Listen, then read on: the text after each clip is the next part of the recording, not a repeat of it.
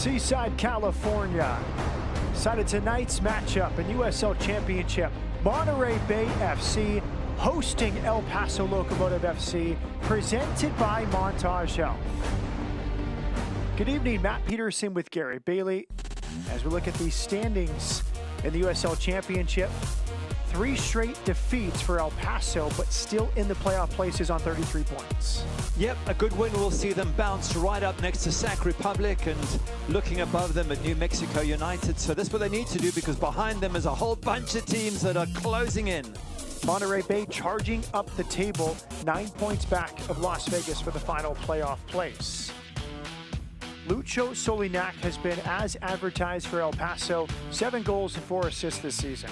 Yeah, brilliant striker up front, great finisher, has had help from a couple of players alongside him. He'll be looking tonight for the likes of Cristiano Francois and Ricardo Zacharias to help him score more goals. Well, El Paso really turned their season around. They started out no wins in their first 5, but this 5-0 drubbing of Monterey Bay really changed the turn of the season. It did. Goals from Andrew Fox, Josue Gomez with a penalty, and again in the 47th, Diego Luna scored before he left, and here's Dylan Meras just hitting one in with his left foot right into the corner. And you're quite right, from that moment onwards, El Paso were on fire. 8 wins with only 2 defeats, but suddenly have lost 3 straight. Meanwhile, Monterey Bay in its very first season, a slow start to the year, but they are rounding into form, and Frank Yell upside has them moving in the right direction. Absolutely brilliant, and it's built on the fact that in 4 games they haven't conceded a goal. They've been scoring. Sekou Kone's been getting goals. Simon Dawkins with the header there. Gleedel just popping this one in the dying moments against New York Red Bulls 2 when they were already down to 10 men. So they've been scoring the goals and they haven't been conceding, and that has been the key. Monterey 3-0-2 in its last 5 games.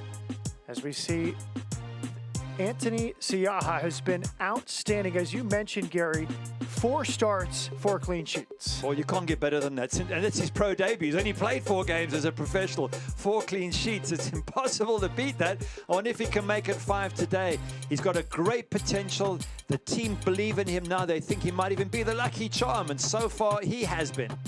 From San Diego Loyal to Monterey Bay, and now jump-starting his career. Monterey Bay looking to make it 6 straight without defeat. El Paso looking to end a 3-game losing streak. A great one in the Western Conference. Lineups and kickoff from Cardinale Stadium when we come back.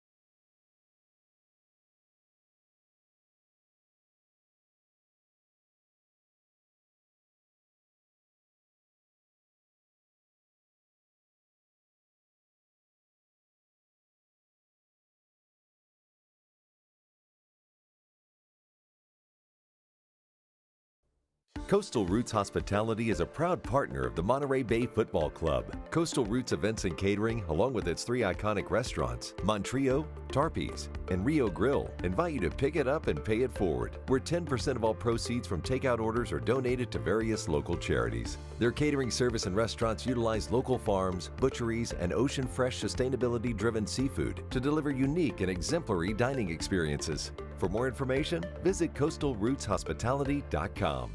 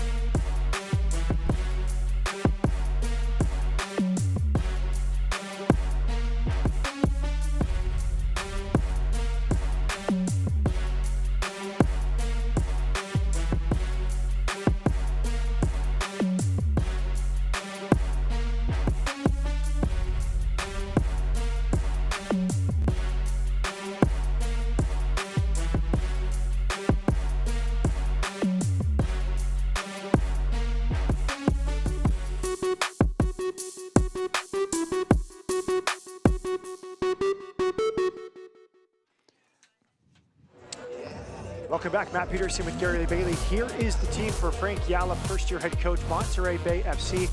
And Gary, just one change. James Murphy is back. J.J. Johnson is out with illness. Yeah, Murphy back. He was suspended last match. We think he'll push slightly forward. Dawkins on the left, and they'll push Adrian Rebola out wide on the right. Of course, Valeski will be your point man up front, and it's a pretty solid back line, a regular back line for Monterey Bay. Meanwhile, John Hutchinson, his first year in charge of El Paso, he's made 3 changes to his team. Yes, Under Egaluz comes in at centre back. Nick Hines has an injury. Edison Azcona on loan from Inter Miami, in for Eric Calvillo, who drops to the bench. And Ricardo Zacharias out wide. Aaron Gomez also goes to the bench. So some of the top goal scorers there being given a rest on the bench tonight. 3 straight defeats, 3 straight without scoring will do that to a lineup. So John Hutchinson experimenting tonight in Seaside, California. Underway, Monterey Bay FC trying to make it 6 straight without defeat. El Paso Locomotive trying to end a 3-game losing streak. Gary Bailey, what do you have your eye on early on in this one? Just wondering about some of the changes for El Paso, how Under Egaluz will fit in as centre-back, because Andrew Fox has been pushed to left-back, so we believe, and we'll keep an eye on that. And of course, as Kona is 18 years of age. I want to see how this youngster settles in midfield. So there's a couple of changes on El Paso in particular. They're looking, as you said, they're looking to revitalize the team, get back on the winning ways. What will these 3 changes do for the team in white? Here comes El Paso, trying to build on a cool night in the central coast of California.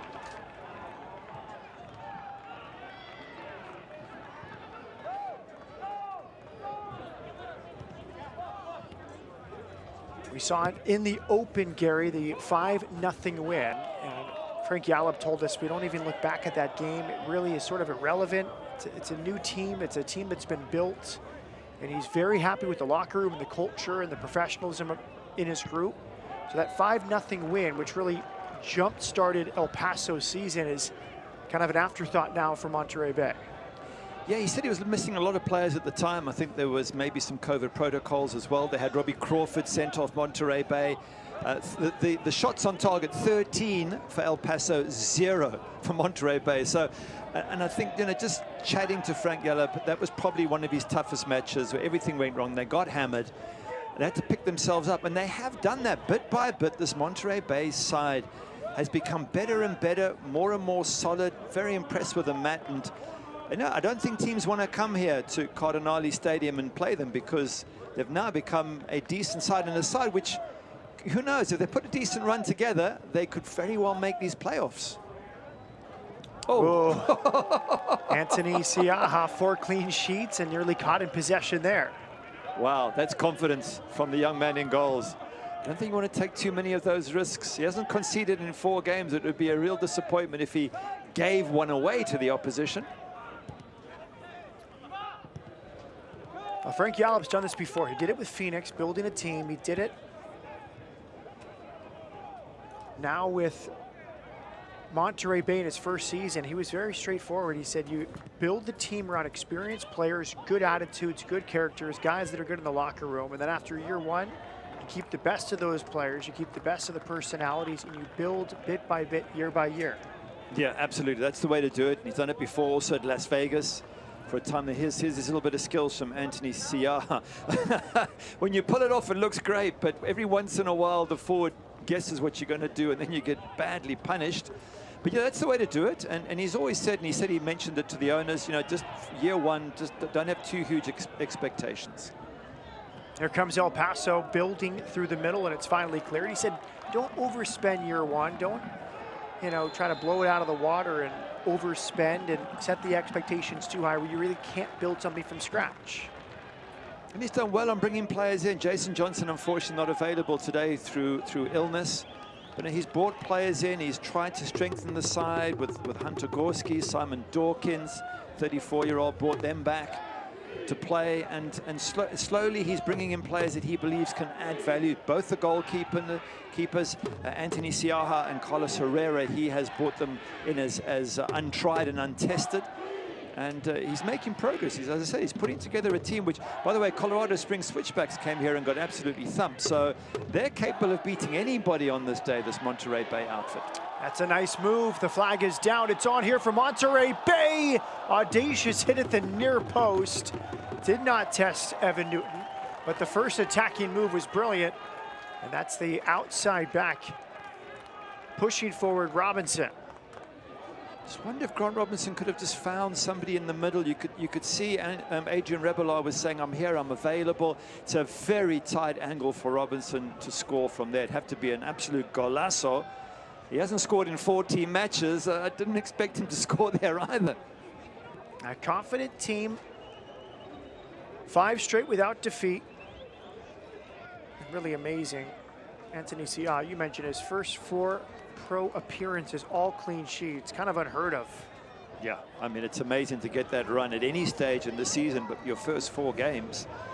And what it does, you know, the sort of psychology of goalkeeper is very interesting in the rest of the team. When they find a goalkeeper that doesn't concede, whether it's good luck, good skill, whatever, it actually breeds confidence in players around them, and that's exactly what Frank Yellop would have been looking for. Here comes El Paso. Pull back, top of the box. Moby Fair there to clean it up.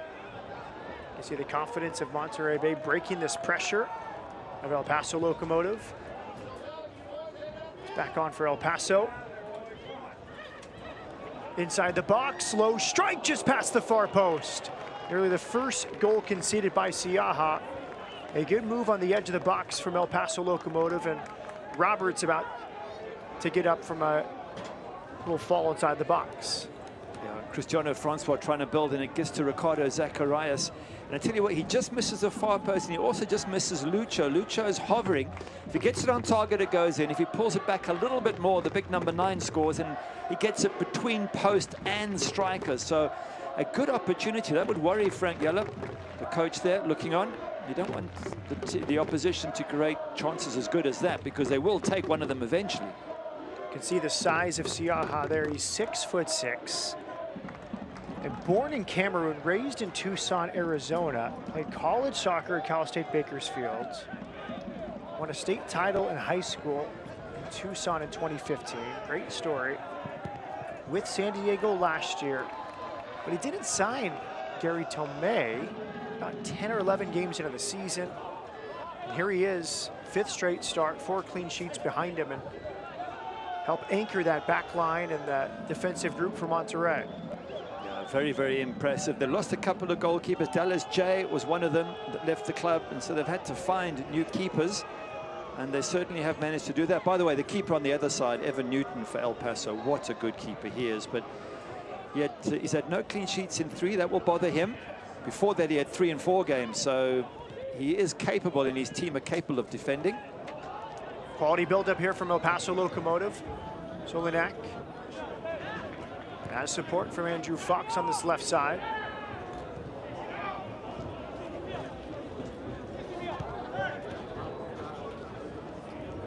Dylan Mares with a long switch to the opposite side. Francois, edge of the box, Francois. Clips it through. No nonsense clearance from Roberts. There's something else about Monterey Bay that's impressed me. They've got depth now. They've been bringing players in. If you look at it, there's no Chase Boone, who I think is a wonderful player for them. Jason Johnson, we mentioned, he's scored a goal in the last couple of matches. He's good. Wilmer Martinez is another one. All those missing, and yet still they can put out a really, really good side, a good starting 11. And when you can do that, and you can get through the little injury bumps and still have a good 11 out on the pitch, then I think you're a proper side, and that's where Monterey Bay are now. Be Fair applying pressure. Murphy back in the central role. It's the same midfield 3 that beat New York Red Bulls 2. Gorski, Fair, and Murphy. Murphy at the top of it. Adrian Rebelar was central last week against Loudoun United. He's back in a wide area. This is good from El Paso Locomotive. Andrew Fox on the ball. It's Mares. Clever there. Dylan Mares. 3rd year with El Paso. Led the USL Championship. Chances created 2 years ago. Nice interplay edge of the box, hard challenge there. And a free kick is given right outside the box. Elton Garcia's first major decision as Kai Green looks on. Excellent position for this forthcoming free kick. It is. Ricardo Zacharias doing very, very well here. Look how he gets the ball, plays it off, gets it back, runs at the box and forces defenders to have to commit themselves. And you can see Hugh Roberts diving in there, giving away the free kick. There we are, plays it, gets it back, drives. That's the key bit there. And Hugh Roberts felt, well, he had to try and stop him one way or another. You've got Dylan Meres, Andrew Fox both lining up. Dangerous position for Monterey Bay. A great opportunity for El Paso.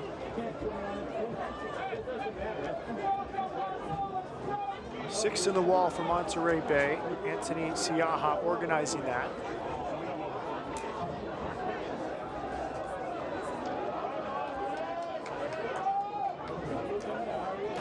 Dylan Meres or Andrew Fox? Fox in his 4th season with El Paso.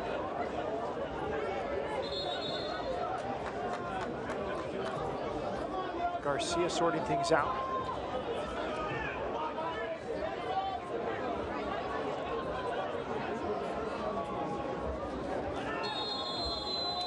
Who'll it be?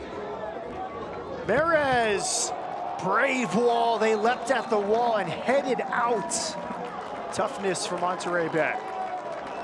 It takes a lot of bravery to put your head in the front of that ball when it comes at you. It might look easy on TV, but it's coming with pace and knocks you to the ground when you do that. So I think it was Valesky on the end.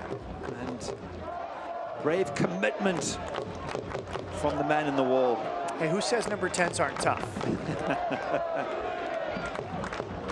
And that kind of epitomizes the team spirit right now. We talked with Frank Yallop yesterday, and he said that these guys are happy for one another when they come off the field as John Hutchinson looks on. Guys aren't moaning when they're taken off. They're supporting one another. Great camaraderie. They all live amongst each other on the campus there at Cal State Monterey Bay. But year one going well, and there's a lot of vibes of this team, Gary, that remind me of Oakland Roots last year. Really slow start, not much expectation, and then Oakland Roots made the playoffs and pulled an upset in the first round. Yeah, very, very similar, and not too far apart. They're almost neighbors on that West California coast. But yeah, it's the same thing. They're getting stronger as the season goes on. They're getting more players, more self-belief, more momentum. They're just a little bit of a ways off a playoff spot. So they need a run of wins. They need to keep this good run they've got. They need to keep it going, right towards the end of the season. Simon Dawkins, laps played with Ipswich Town. Cross is blocked and it rolls to the waiting hands of Evan Newton.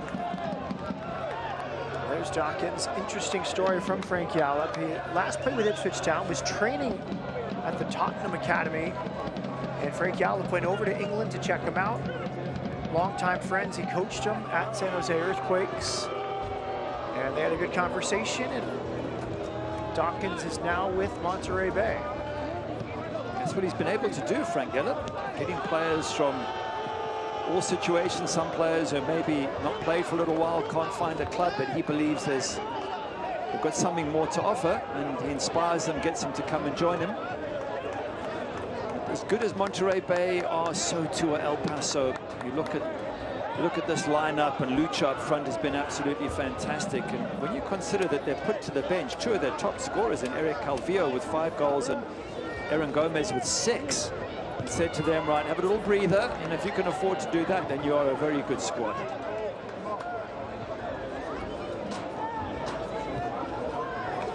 It's the long-time dilemma for a manager. This is a veteran team, El Paso, a proud team, 4th year in the championship, consistent winner. And when you have a veteran group and you have a bit of a rough patch, 3 straight defeats, haven't scored a goal, those decisions get difficult. Do you ride with the horses that got you there, or do you give other guys a chance? I think at this stage of the season, there's probably a lot of rotation in any way. You have to rest players, and if they're not scoring or they're not doing it for you, it's a good opportunity to say, well, have a rest, just, recharge your batteries and come back and do what you do best. Managing minutes, they call it, and that you have to do. But as you say, you manage minutes and you also manage expectations. If the players aren't performing, then of course you rest them and get them fired up to come back. Maury Donor will throw it in.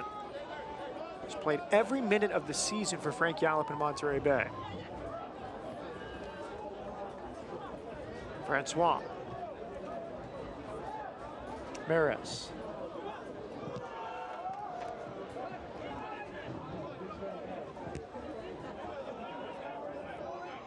All-time run, Lucho.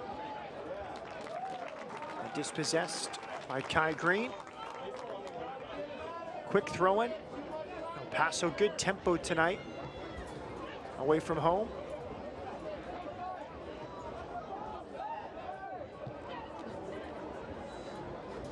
Francois against Grant Robinson. It's good shiftiness from Francois, clipping it to the back post. Settling touch here.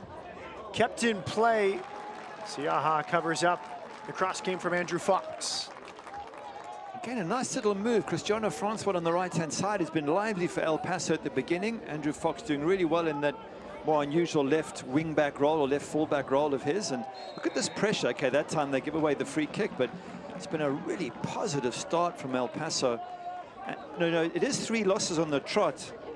But Matt, if you look at it, the last one was against Louisville City. That's one of the top teams in USL. The one before San Antonio, that's the other top team in the USL.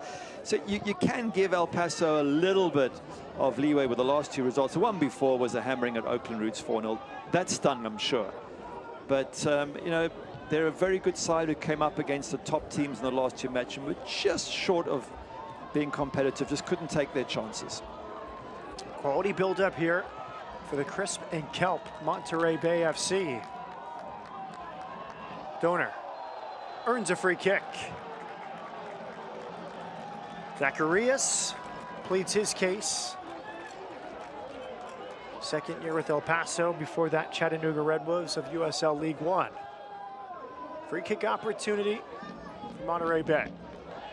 James Murphy, 3 assists on the year, will most likely take it.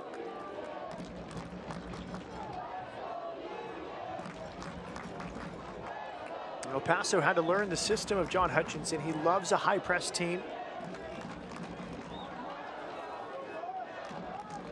A slow start. Winless the first 5 with 4 defeats.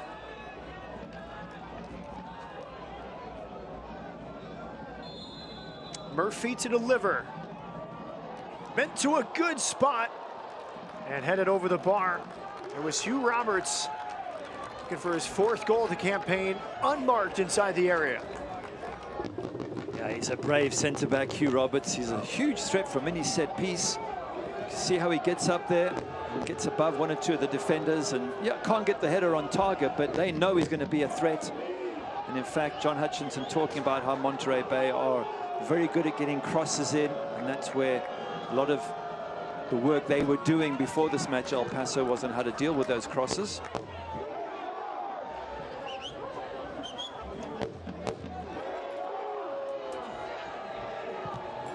Yuma, 36 years of age from Madrid, Spain. 4th-year player, captain. Formerly in the midfield, now he's at the back. He's on the ball here. He's got a fellow Spaniard alongside him. It's interesting with under Egaluz. They can switch from English to Spanish whenever they need to. You don't get that many Spanish players playing in the USL, but to get 2 alongside each other is a rarity. From the center circle, nice diagonal ball, Donor settling. Long touch, but he recovered well. And Monterey Bay will slow it down. Hunter Gorski. Kai Green. Dawkins. El Paso will take a throw-in. We did mention earlier the injuries Monterey Bay have, but let's be fair to El Paso. They're missing Chapo Herrera. Nick Hines, we mentioned, is missing from this game. Emmanuel Sunupe, Philip Beagle, the goalkeeper, Shavon John Brown. So I think all teams at this stage of the year have players missing. So as much as we mentioned Monterey Bay's missing players, so too the same issue for El Paso. Hard challenge, Murphy against Yuma. He left a little bit in there, didn't he, Murphy? And given that he was sent off 2 games ago, or his last game, for a sliding tackle I don't think was worthy of a red, but he got sent off. He's got to be careful this game not to leave his foot in.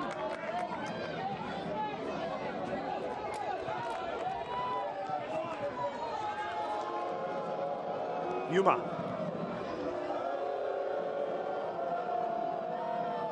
Andrew Fox from Huntington, England. One of many players of continuity. It's also Fox's 4th year with El Paso. Comfortable pushing forward here, but dispossessed. It was lost by Solinek. Frank Yallop given instruction. The Monterey Bay sideline.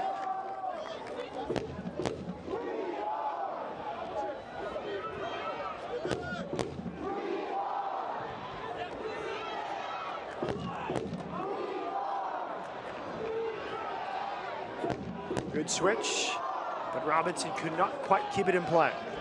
Yeah, first touch wasn't very good there, but James Murphy just spreading the play from right to left, and you get the sense now that Monterey Bay is slowly working their way back into this match. It was a great start from El Paso, dominating, as you mentioned, that high press that John Hutchinson loves, and they really had a little, 2 or 3 little half chances where maybe they could have got themselves into the lead, but slowly the home side have settled down and they're beginning to play their own game as well. Yuma shading in his eyes.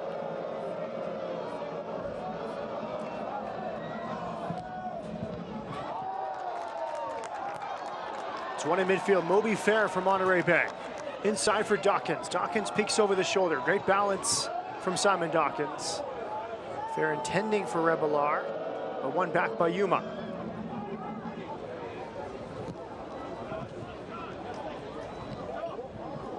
Really clever there from Solinek.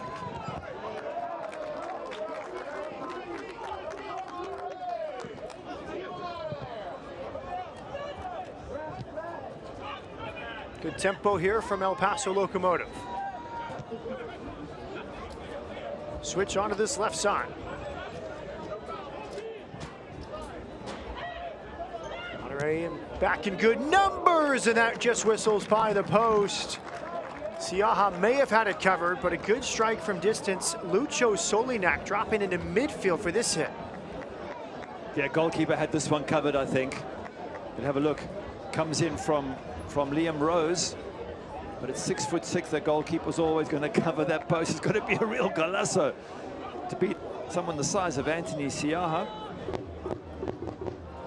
It was Rose, a good story. He actually played with John Hutchinson 2015-2016 in the Australian A-League, the Central Coast Mariners. So the interesting situation where former players, now a player playing for a coach. Solinek against Roberts. Good layoff, it's on here. Good tackle, had to be right, and it was there. Adrian Rebelar, a winger, tracking back defensively, epitomizing this team defending for Monterey Bay. That was a perfect tackle. He's getting a bit of a lecture from the referee. Not sure what that's for, because the tackle was a great one. It had to be right. Otherwise, that was going to be a penalty on Zacharias.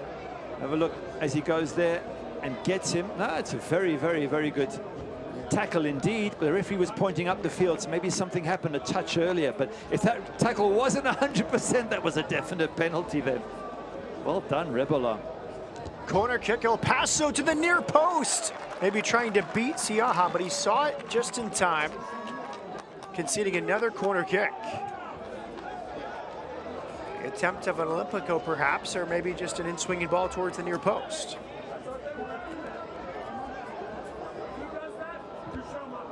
This one to the back post.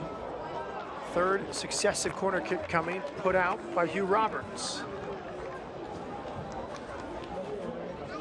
It was actually El Paso who conceded from a penalty, from a corner in their last match against Luz City. Jorge Gonzalez scoring at the near post.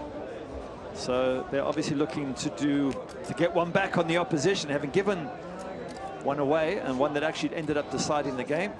They're trying now to do some damage at the other end of the pitch. Dylan Maris.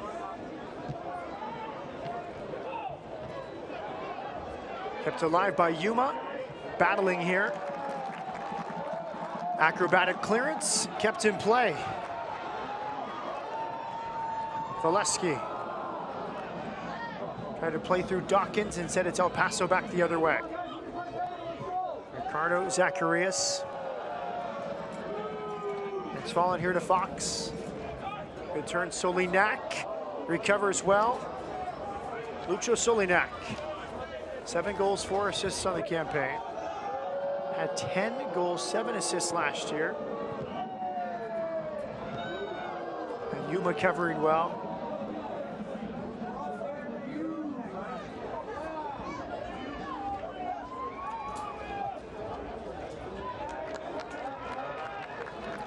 Celebrating its 75th anniversary, Select is proud to be the official match ball supplier of the USL Championship.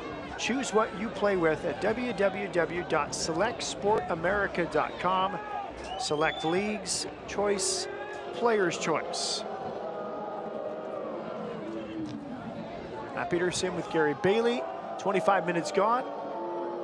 Your thoughts so far, Gary?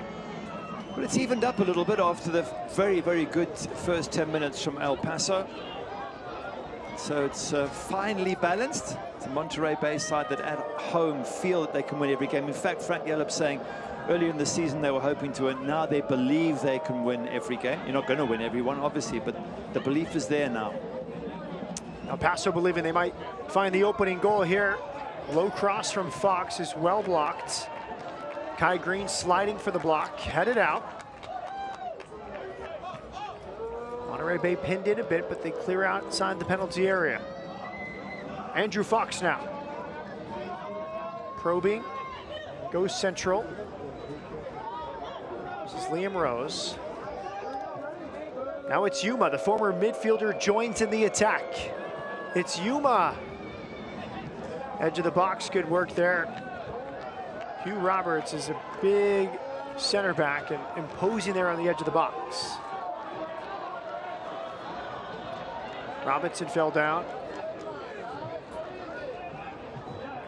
Roberts covers ground well, moving out to the left, but Solinak wins it back. Central Francois blocked by Green. Corner kick now for El Paso. It is a good combination at the back, isn't it? Kai Green and Hugh Roberts, they really work well together. They're both big units, and Grant Robinson's regular night left back. He was injured a while, and now that he's there and Maury Donor on the right, they've got a solid back four. They've got a goalkeeper that's playing well, so becoming a very difficult team to break down on Monterey Bay. Dylan Mares, third year with El Paso, will deliver this corner kick. Free kick won by Monterey. Foul against Andrew Fox there in the box. Roberts. Excellent attacking set pieces as well as defending set pieces, the Monterey Bay captain. Kai Green, formerly an outside back in his younger years, now he's a center back for Monterey Bay. Inviting the pressure here, Monterey. Yep, John Hutchinson, as you say, loves the pressure, and they do it really well. If you can break through that pressure, you can catch them on the counter. That's always the thing you try and do, is if they push a lot of bodies forward, El Paso, if you can play through it, then there's acres of space for you to attack, but it's not easy to play through. They hunt you down, they close you down, they don't give you much breathing space. But it's impossible to keep that going for 90 minutes. If you're Monterey Bay, you know that at some stage, El Paso will have to give it a rest and defend a lot deeper, and that's when you can get on the front foot.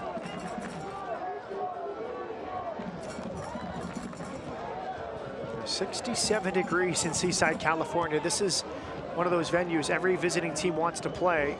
Beautiful part of the country and a break from the North American heat in the summertime. Yeah, last match I did there, they had a fog came in the middle of summer. This cold fog came in the place. Had to struggle to see what they were doing. It's a very strange climatic condition. Solinak, deflected shot. Didn't trouble Siaha. Lucho Solinak. San Luis in the Chilean second division after time in Major League Soccer. That's excellent from Dawkins. Off to this left side. Good 1v1 defending there. Now Valesky was stood up by Eddie Luz. An open game now on the half-hour mark.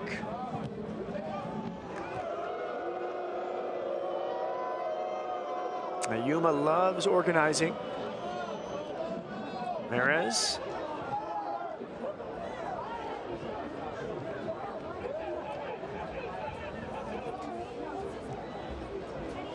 That's Matt Boehner.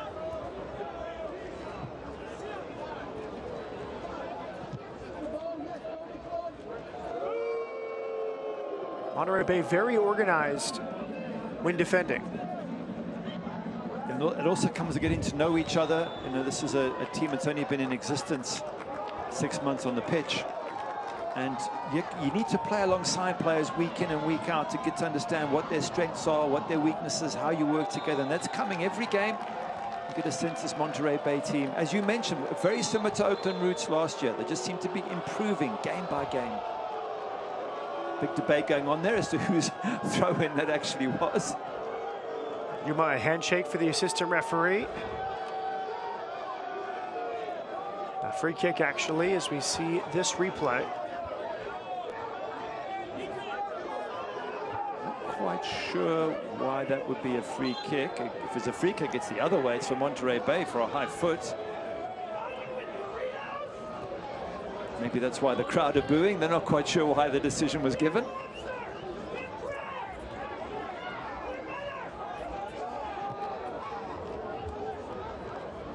Francois kept it in play.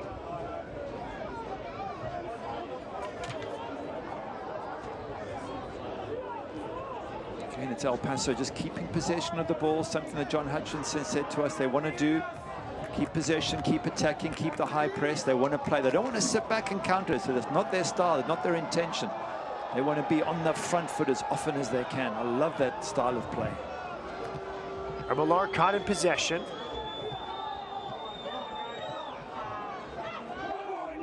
That's excellent from El Paso. It's fallen. Fox. Shot was blocked by Donor. Interesting with Fox, we asked the question at the start of the match, would he do well on that left-hand side? He's been very impressive, bombing down the left, linking very well there, mostly with Lucho, and threatening, getting crosses in, so impressive move. Obviously a very talented player to be able to move from centre-back to left-back and still be that effective. Corner kick, El Paso Locomotive. And another corner kick coming. It may have already been out when Hugh Roberts nodded over the end line, but El Paso rewarded with another corner from the opposite side. Mares will get his fitness in, jogging to the opposite corner.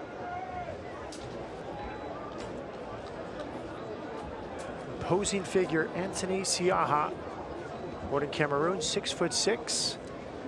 His 5th pro game tonight. Dylan Mares, 30-year-old from Indiana, delivers. Headed out by Valesky.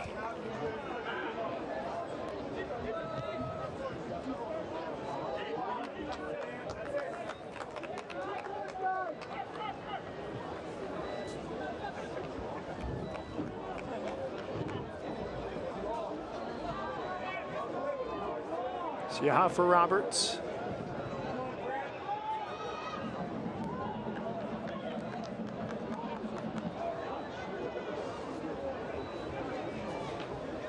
Francois kept it in play.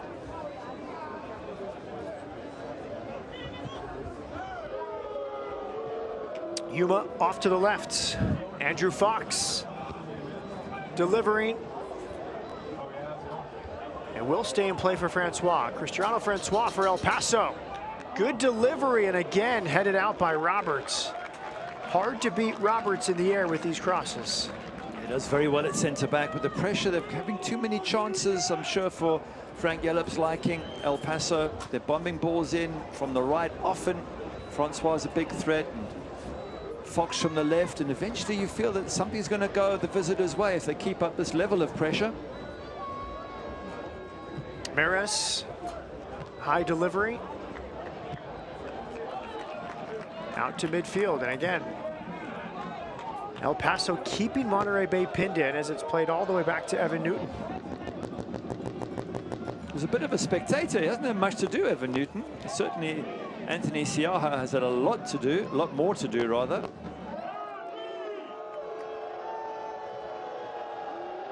And we've seen the body language of Frank Yallop on the Monterey sideline. He looks frustrated with his group. El Paso at 71% possession through 34 minutes.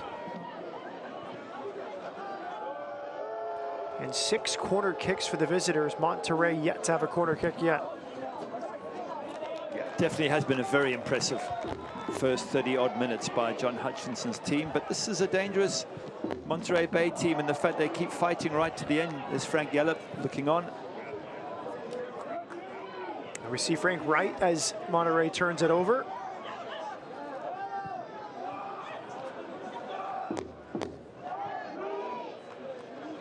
Francois against Robinson.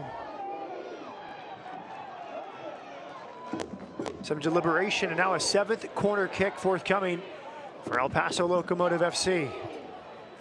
Just to finish that point about Monterey Bay fighting to the end, last couple of games, a 93rd minute winner against Loudon from Kona, an 89th minute second goal by Gleadle against New York Red Bulls. This Monterey Bay team will keep fighting right to the death, so don't expect anything, take anything for granted.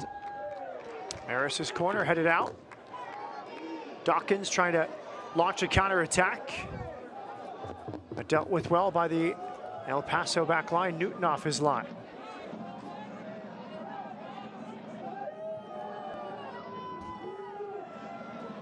Monterey Bay FC trying to get something going. Keep this 5-game unbeaten run intact. Newton. I think Newton's just happy to have the ball at his feet, just to have something to do and be part of the play. Been a mere spectator for this match so far. Good turn in midfield there from Liam Rose.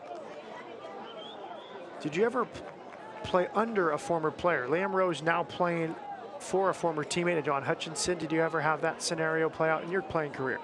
No, never. All my coaches were much older and experienced. The youngest ever was Sir Alex Ferguson when he joined at about 44 years of age. So I think it must be tricky if you've been friends in the locker room, then suddenly you've got to treat him as your boss.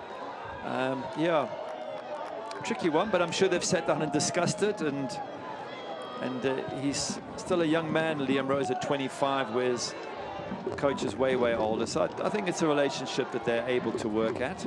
But you do ask an interesting question. It would be interesting to ask other ex-professional players whether they've been in that situation or not. Big shoes to fill for John Hutchinson. Replaced Mark Lowry, who left for Indy 11 after 3 successful years with El Paso. And John Hutchinson's been well-traveled. Last 6 years, 5 different leagues. 2021, Yokohama F. Marinos in Japan. Yellow card shown. That's Edison Escona, the loanee from Inter Miami, in his 4th appearance tonight since joining last month. Here's the challenge. It's a little push. Is it really worthy of a yellow? It might be for a number of fouls, but that on its own doesn't look like it's enough. I didn't see the ankles clash too much. Yeah, I'm with you, Gary. That's a harsh yellow card for just a little push in the back. Yeah, sometimes referees do give it for an accumulation, but I haven't seen Ascona give away any other fouls of note. So, but as always, we say he's going to have to tread carefully. He's going to manage his tackles from now on. He can't afford to risk lunging in or raising an elbow, because a second yellow and he'll be off. Murphy delivers. It bounces all the way through. Kai Green will run it down. Deep throw in Monterey Bay FC.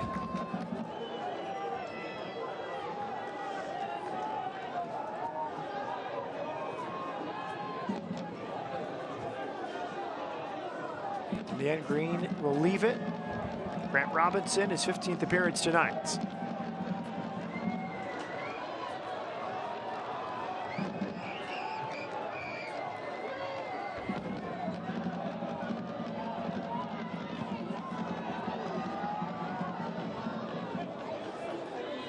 Kept in play by Newton.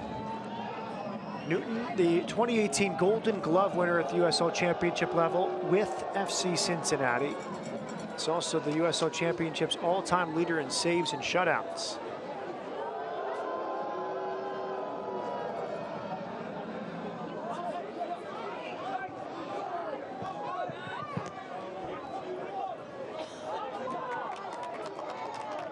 Donor earns a goal kick. We have really, Gary, yet to see Monterey Bay's pressure give any problems to El Paso, who've had comfortable builds out of the back. Yeah, they haven't created anything as yet, Monterey Bay. Like I said, they've scored a lot of late goals. You get the sense that they grow into games and they get stronger and stronger. But this game could revolve around a lot of second half substitutions, players that bring on and put you on the front foot. And certainly Sam Gleadle on the bench for Monterey Bay. I like Sam Gleadle. He scored a whole ton of goals, 3 of them, but in important matches. Chris Cortez is a big man you can throw up. And Sekou Kone as well, also scored 3 goals. So they've got 2 or 3 really good attacking options on the bench, have Monterey Bay. Kone scored a very interesting goal against Loudoun United last time out. It's on here, but the pass is just a bit heavy, kept in. Lucho Solinak back here for Fox. That goal was like off a volleyball court, bouncing in the box before finally put home. Yeah, it was a chest, followed by a head, followed by a volley. And it was I think it was 93rd minute against Loudoun. That's why I say they keep going right to the end, do Frank Yallop's side. Yuma's having a good night. He is very mobile. He is not a stay-at-home center back. There he went out, went into a tackle. He had to get right at midfield. And you can see that former midfielder's tendencies as he's now a center back that loves to cover some ground. Good technical footballer, lovely passer of the ball. Francois trying to change the pace at the end line. He's well defended there. And this, for me, is when Monterey Bay has struggled. When they win the ball, too slow to break out. Yeah, they can't get through the press. They're trying to pass their way through the press. Never easy. I was about to say they should go with the long ball occasionally, which is what they've done there. That's one quick way to break through a press and either aim straight for Valesky or play it wide. Now they're in the opponent's half. Now they can maybe get some space to play in Monterey Bay.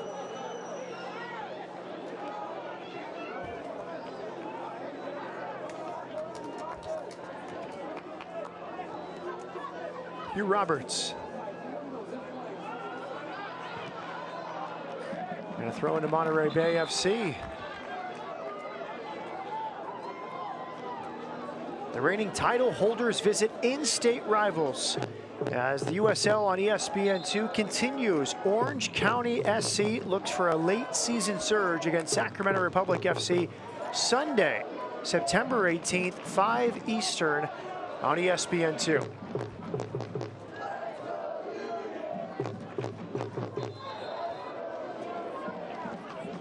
Sacramento, an eye on 2 competitions, the US Open Cup final against Orlando.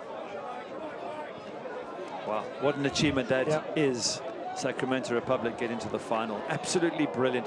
Shows you the quality of the USL, and we can maybe discuss that more at halftime. So when we do hit halftime, don't go anywhere. We'll focus a little bit on that result. Hutchinson given instructions. He does have experience in the USL Championship, 2 years with Tacoma Defiance, 1 as the head coach in 2018. Was also an assistant with the Sounders first team and development coach for Sounders Academy. But he told me earlier this season he wanted to be in charge of a team that wasn't a developmental team. He wanted this project with El Paso where you're not just feeding players to a first team. Right, and it gets to really test how good you are at being a coach. Good ball from Yuma. Solinak deflected shot. It's hit the crossbar and rolled out for another corner kick. Lucho did not have much of an angle, really facing the sideline before he hits this one. I think it might have taken a deflection on the way because the way it looped up. Yeah, I think it comes off the defender and over Siaha. They just get away with one there. Monterey Bay, that could easily have dropped in over the goalkeeper's head.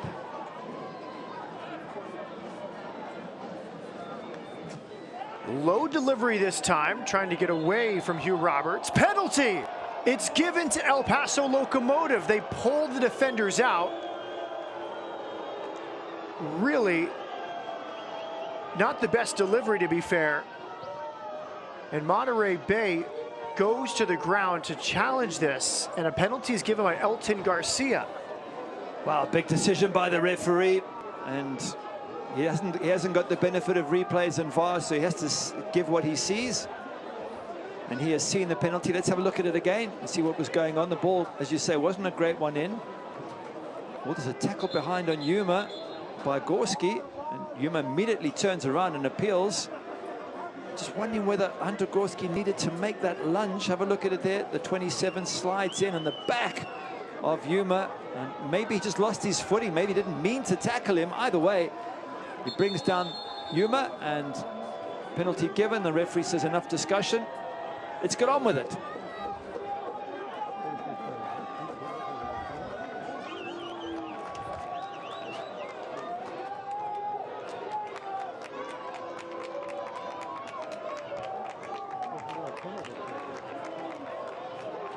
Lucho Solinac, 7 goals on the season. He goes to the spot, and he's over the bar. Siaha celebrating. There is magic with that goalkeeper. We said that he's got this Midas touch. 4 games, hasn't conceded, but it came to the penalty. You think, okay, now he's going to concede his first goal. Lucho goes for a little dummy, goes to give the Panenka, which is a little chip over the goalkeeper, and totally messes up the Panenka. That's why I don't like it. It's a messy penalty, and you'll see 1 or 2 players walked up to him and gave him a bit of verbal for doing that. If you just hit the ball hard, you've got every chance of scoring, but he tries a tricky one and it doesn't come off. Gary Bailey, a Panenka over the bar. You don't see that every day. No, that's a very badly mishit Panenka, but it's a tricky penalty to take, which is why I much prefer to put your boot through it. So it's 4.5 matches, and nobody has scored past Anthony Siaha.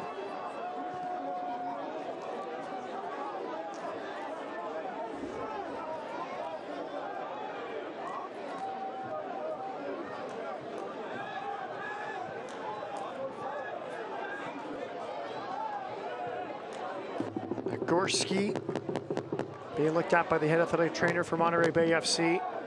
A minimum of 1 minute will be added on here at the end of the first half, but you have the penalty. And a restart coming from Monterey Bay, Gary. Yeah, we just felt El Paso did enough to deserve a chance. We said that something would go their way eventually because they've been putting so much pressure on. When they get the chance, they don't take it. And the question now is, will Monterey Bay make them pay for that? Here's the restart. Headed central and cleared. First corner kick of the night forthcoming for Monterey Bay FC.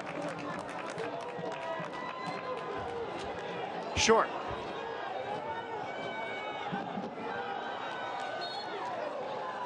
Halftime in Seaside. Monterey Bay let off the hook. Lucho Solinac tried the Panenka, could not hit the target. Gary Bailey, your thoughts on the first 45 minutes? Good 45 for El Paso. They really deserved, I think, to have come away with at least a goal, and they had the chance. It was given to them. Unfortunately, tried to be a little bit too clever, Lucho, there, and didn't get the Panenka right. But for Monterey Bay, they've worked hard. They haven't had much going forward. Just that first corner in the dying moments, and Frank Yellop will think, well, okay, we haven't been that good, but how do we raise our performance second half? A couple of options off the bench. I think we're in for a cracking second half. A good El Paso side up against a maturing Monterey Bay side. Everything to play for. Tough one, though, for El Paso not to be one up at halftime.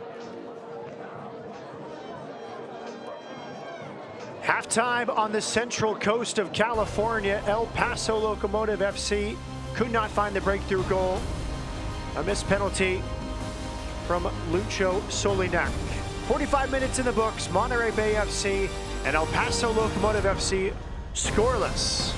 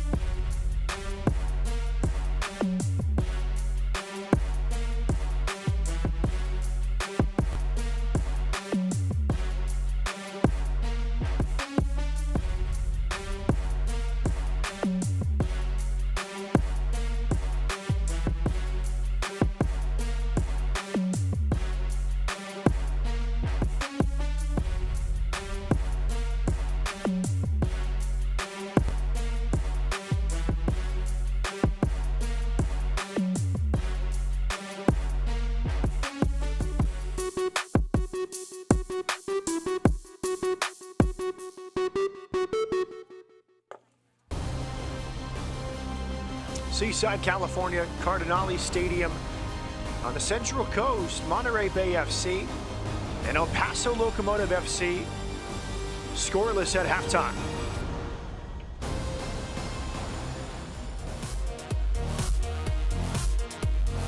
Well, here's the upcoming schedule, Gary. Gets difficult, 3 of the next 5 away from home.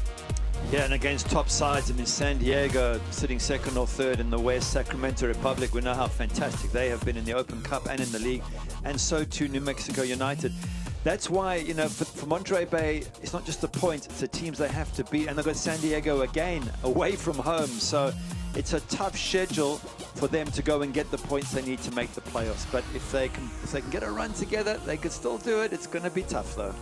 2 of the next 5 for Anthony Siaha's former club, San Diego Loyal. El Paso Locomotive FC, a tough one at Colorado Springs Switchbacks FC, but then 3 of the next 4 at home. But again, look at the teams they're playing. San Diego, Phoenix Rising, who are desperate for points, and they're a good side. At New Mexico United, good luck there.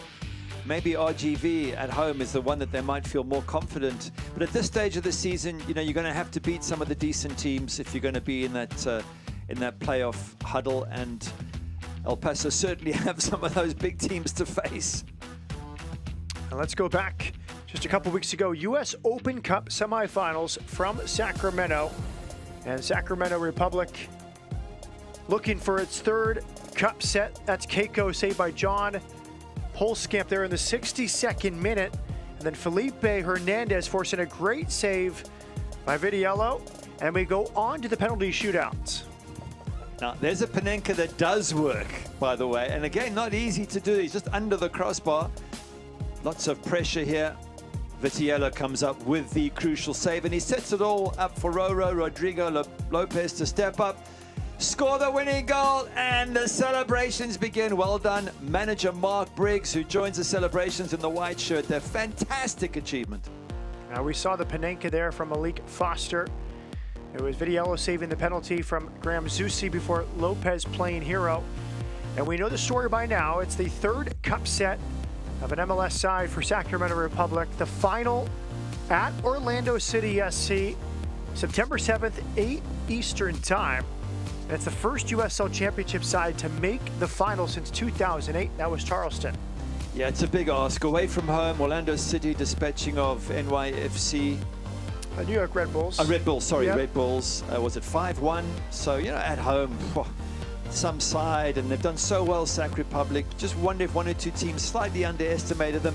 I don't think Orlando City will underestimate them. I think they're in for a really tough one. But hey, even if they lose, it's still been an unbelievable achievement just to get to the final.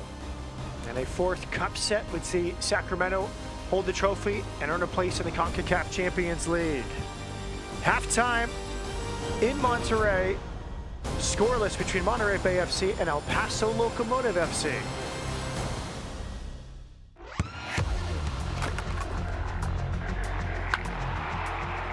We all have goals. But let's be honest, most of us aren't going to be professional athletes. But if your goal is to finish your degree, we can help. Come to a university that puts your goals first. Bellevue University, your partner in finishing goals. I'm on that routine.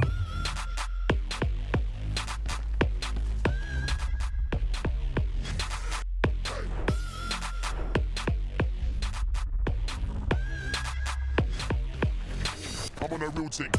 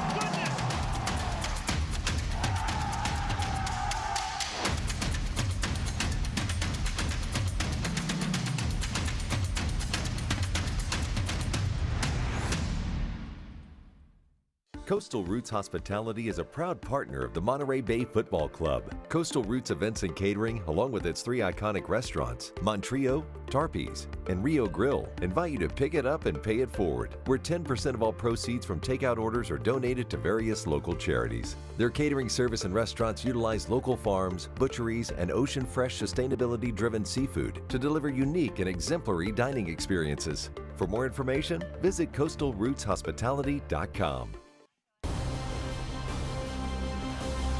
Cardinale Stadium, Seaside, California. Monterey Bay FC and El Paso Locomotive FC scoreless after 45 minutes. And Gary Bailey, let's look around the USL Championship in our news and notes. Tampa Bay can't be stopped.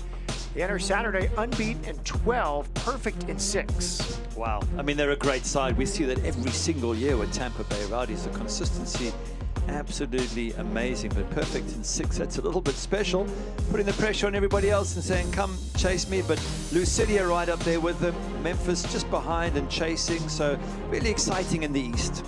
We can't pump it up enough. Sacramento Republic will travel to Orlando City SC Wednesday, September 7th, 8 Eastern, ESPN+.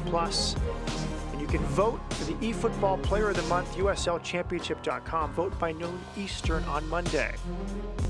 Here's the USL Championship scoreboard on a busy weekend in the championship. Pittsburgh wins at Indy. Look at Loudoun United beating LA Galaxy 2. Wow, Birmingham smashed Atlanta 6-0. Tampa beating Detroit, to a tough side to beat. Louisville, as expected, too strong for Charleston Battery. Memphis, useful points against Hartford Athletic. I think for Indy, that top left score, that just about does it for them in terms of making the playoffs. Now they've got a real mountain to climb to get into a playoff place. That's going to be a real disappointment for them because they had a good start to the season. USL on ESPN schedule. Sacramento Republic hosting Orange County September 18th.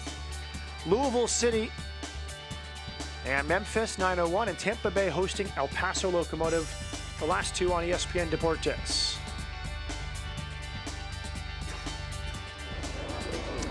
Cardinale Stadium, Seaside, California. Do we have goals in the second half on a cool summer night in the Central Coast of California?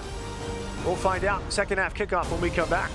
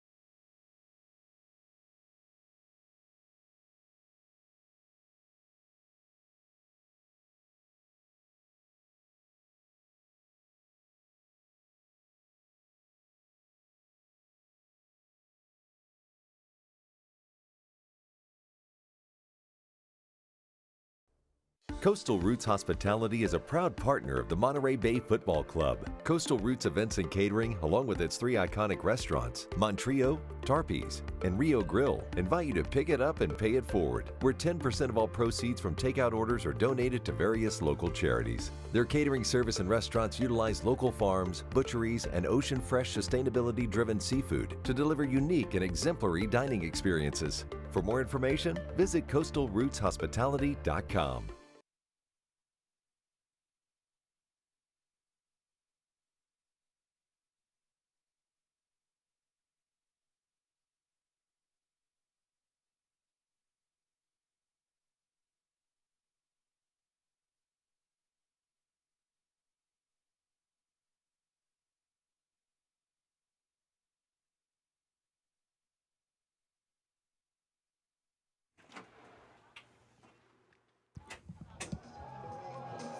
Gorgeous sunset from Cardinale Stadium, Seaside, California.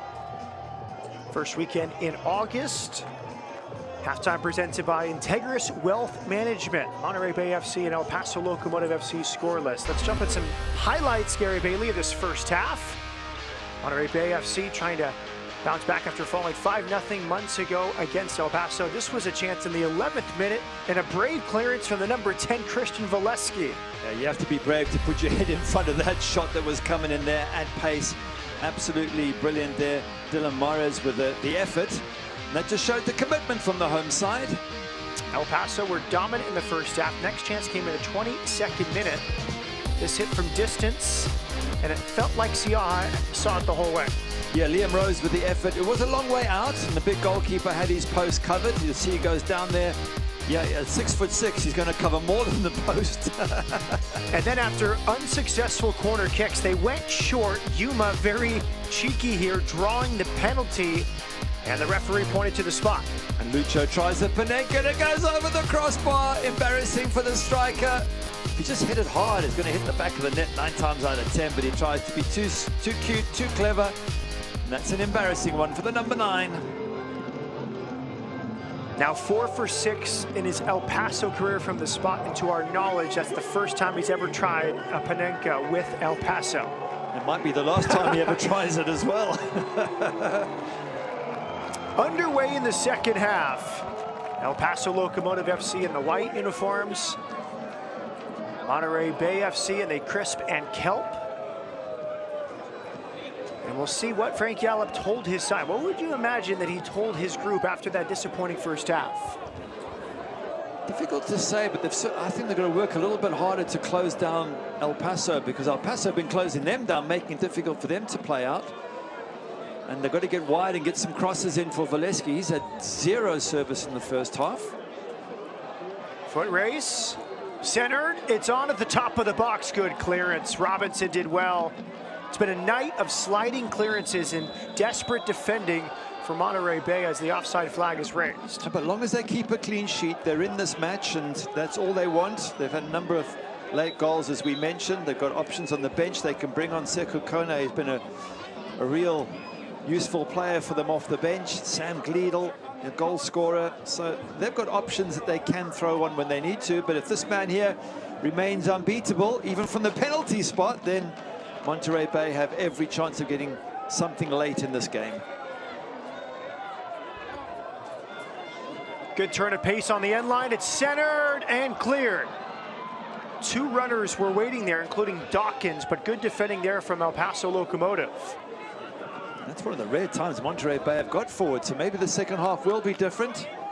And they will attack and get down the width. That was the one thing John Hutchinson was concerned about. He said this Monterey Bay team, they do go wide, they get crosses in, and that's how they put you under pressure. Well, we didn't see any of that pressure first half. Maybe we'll see lots of it second half.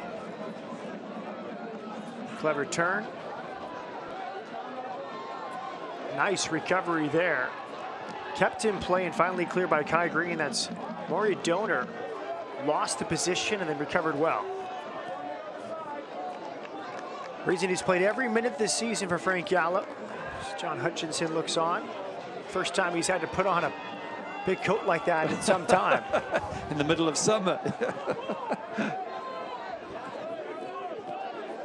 You think some of the climates, especially in the Western Conference, Gary, El Paso is hot.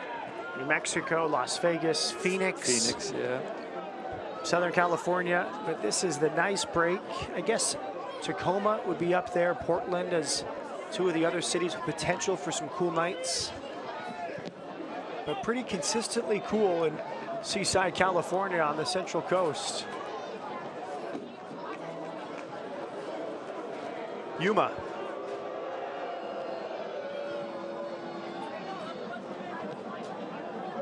I would just describe it as too comfortable for El Paso. They're back forward. They don't look bothered at all as they build against Monterey Bay. There's no high press coming from Monterey Bay at all, but again, maybe that's part of their game plan. Just keep it tight, defend, do what they can, and then towards the end, press forward. And that shows you the respect they have for El Paso and John Hutchinson's team, that they feel if they do attack too much, they'll be picked off at the other end.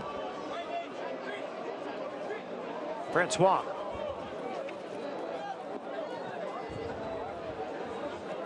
Liam Rose, central. A nice turn from James Murphy. Yuma slips, and now he's out of position. Can Monterey Bay FC take advantage? 3 in the box. Here's the cross, and Yuma does recover. He puts it over the end line and kicks it into the screen in frustration.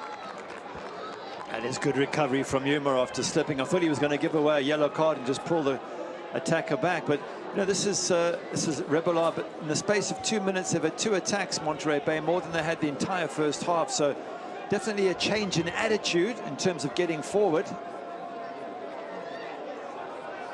Corner kick here for Monterey Bay FC. It's James Murphy, 3 assists on the season. Evan Newton organizing his box.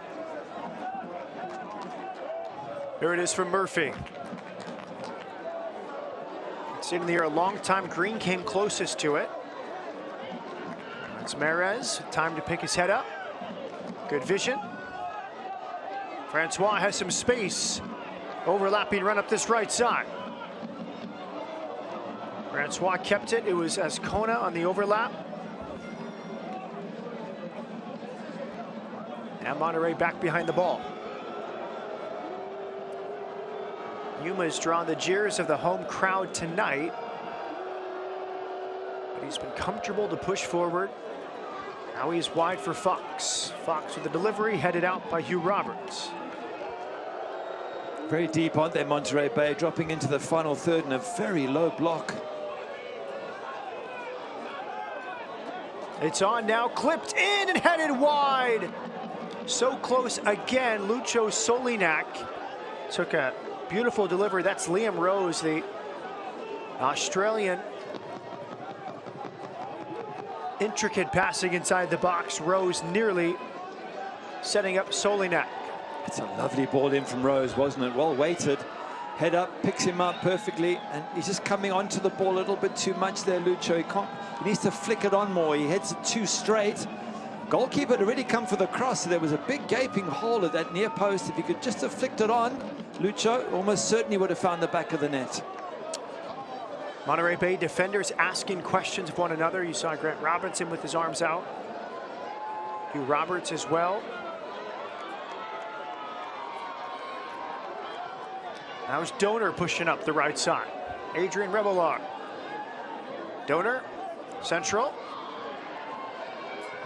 Will be fair involved. Good cross. Well defended again. Cristiano Francois. Good recognition from Mares with the defender on his back. And Boehner all the way back to Evan Newton. This is better pressure from the home side now. More bodies in that dark blue outfit trying to put pressure on and trying to force the error. And yet still, they play through it nice and comfortably, El Paso.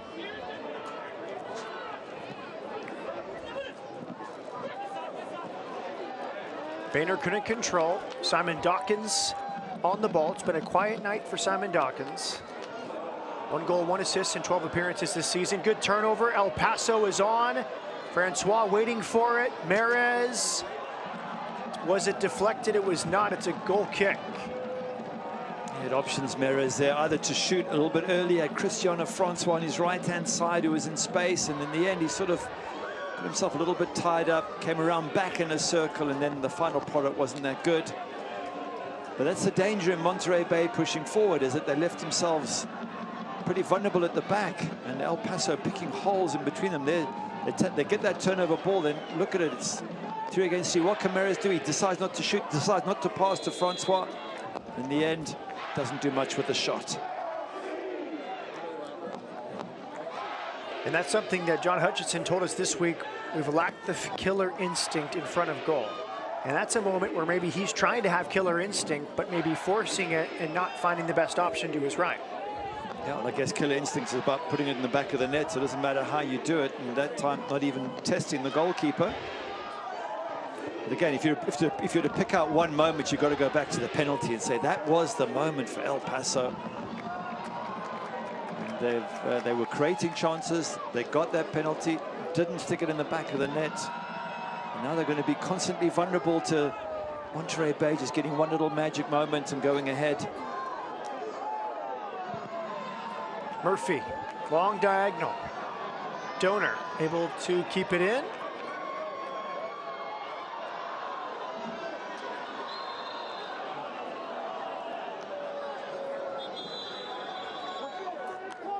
Frank Gallup will go to the bench, and a name you mentioned earlier, Sam Gleadle, will enter. Tonight's substitutions presented by Prep Club Society. Interesting. Hunter Gorski coming off, so an attacking player for a more defensive-minded player. Shows you exactly how Coach Frank Gallup has seen this, is just containing El Paso and now slowly pushing forward, maybe taking more risks, but at the same time trying to put the opposition under some pressure. 14th appearance for Sam Gleadle. 3 goals so far for the England native who played at New Mexico. Tonight's substitutions presented by Prep Club Society.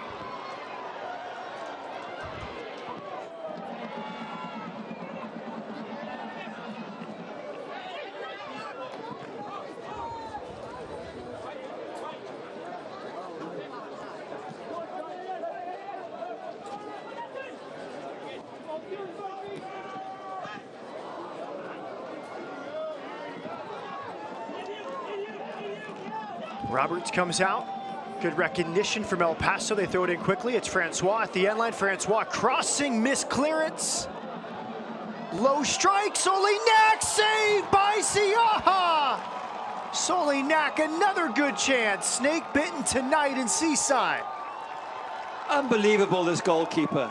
He hasn't been beaten in 4.5 matches, and when it falls to Lucho, you think, okay, that's it, 6 yards out. He's going to stick it in the back of the net. He gets it saved. There's something magical going on here at Monterey Bay with Anthony Siaha.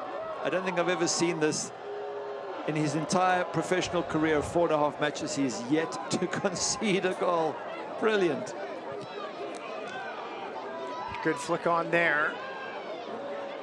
Here comes Siaha, slight hesitation. He finally gets there on the edge of the box.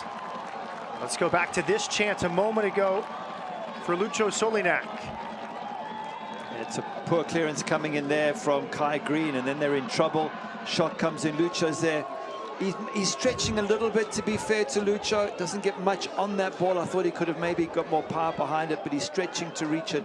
And in the end, it's actually quite a comfortable save for the goalkeeper. But it's just the fact that the strikers are just not finding a way past this man.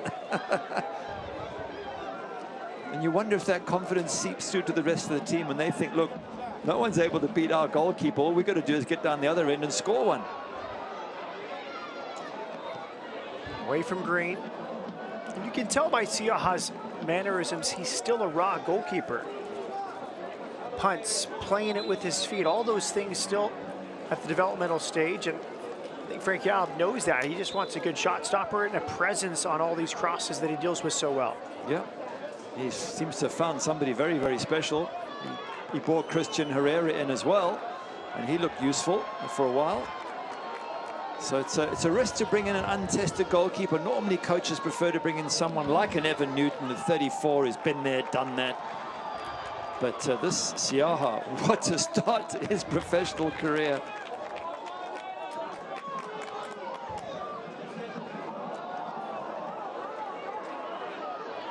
Here's Solinak, options right and left. Wide for Mares. Good step and good timing there from James Murphy. That's good recognition in a transitional moment. Murphy typically an attacking midfielder, and he helped out for the displaced Grant Robinson there. Yeah, they're getting slightly more in the front foot now, the home side. Great ball into the corner. Long first touch, he could not recover. Frustrating there for Monterey Bay after the good switch. Put in Murray Donor. They might have got the corner just, and that's what they've been doing. Donor's been able to get forward for Frank Gallup. The expected goals from the first half for Monterey Bay was 0.15, which is virtually nothing, and over 1 for El Paso. Well, they're looking much better. Just a tackle.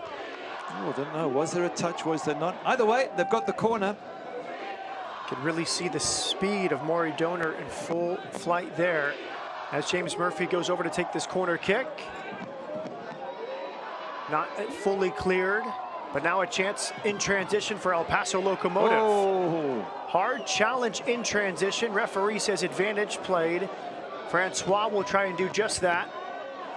4 versus 5.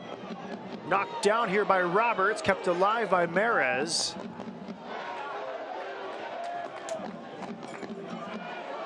Francois has some space. Both teams catching their collective breaths. There was a tackle a little bit earlier that could easily have been a yellow card, except play is waved on, and often when it is waved on, well, the referee is going to go to his yellow card now. Not surprised either. That was a crunching tackle by Adrian Rebellard. Rebellard in the book.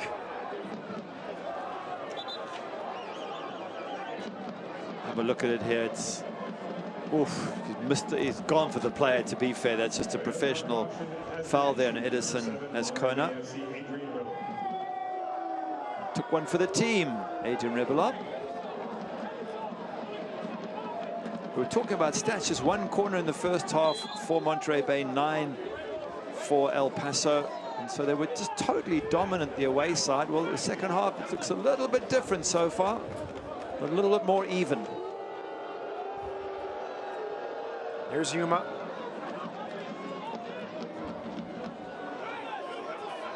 Francois against Robinson.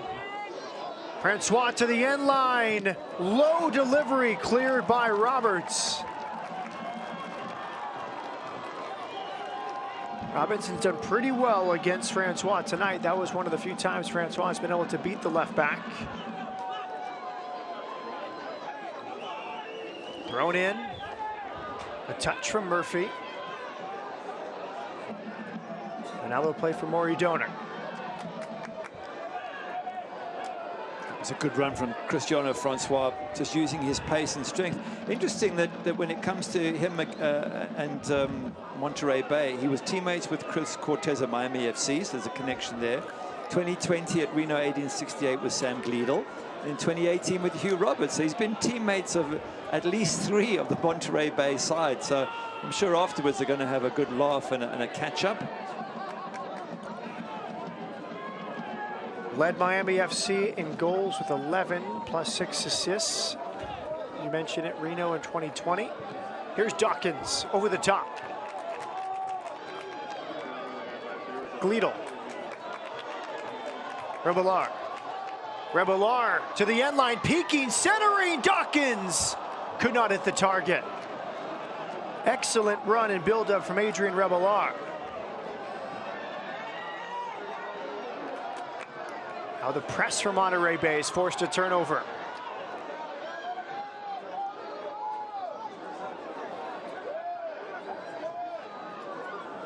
Much better from Monterey Bay on that left-hand side. Rebellard causing all sorts of problems. We hadn't seen much of Simon Dawkins, but just pops up here and has a swipe at goal, and he's not too far. Have a look. Just tries to tuck that in the far corner and just misses both the post and one of his teammates, but much better down the right-hand side and left. They're now causing problems on the home side. Oh, it's on here, crossing, and it's headed out. Excellent run up that right side for Maury Donor.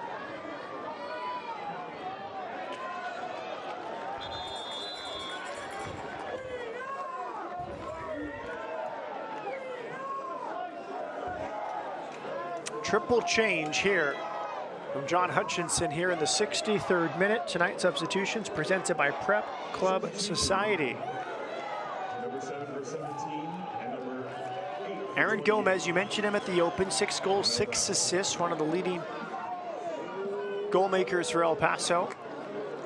Eric Calvillo, 5 goals in 12 appearances. And Richie Ryan will check in. 3 of the regulars come on here for the final half hour. Yeah, and they come in midfield where they can give some energy. Liam Rose coming off along with Edison Azcona and Cristiano Francois. So they just feel that maybe they're losing that midfield battle and they need to get some fresh legs in for El Paso.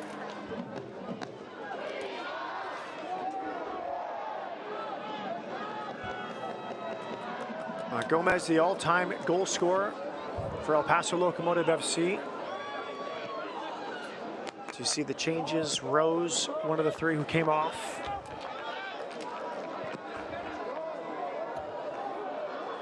Yuma. Dangerous there with Dawkins lurking all the way back to Newton.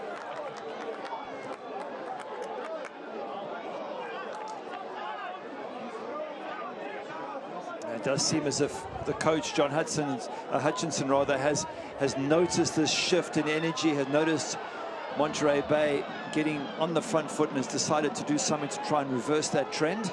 Let's see if it works. El Paso Locomotive FC, Central, Calvillo. Hughes did well.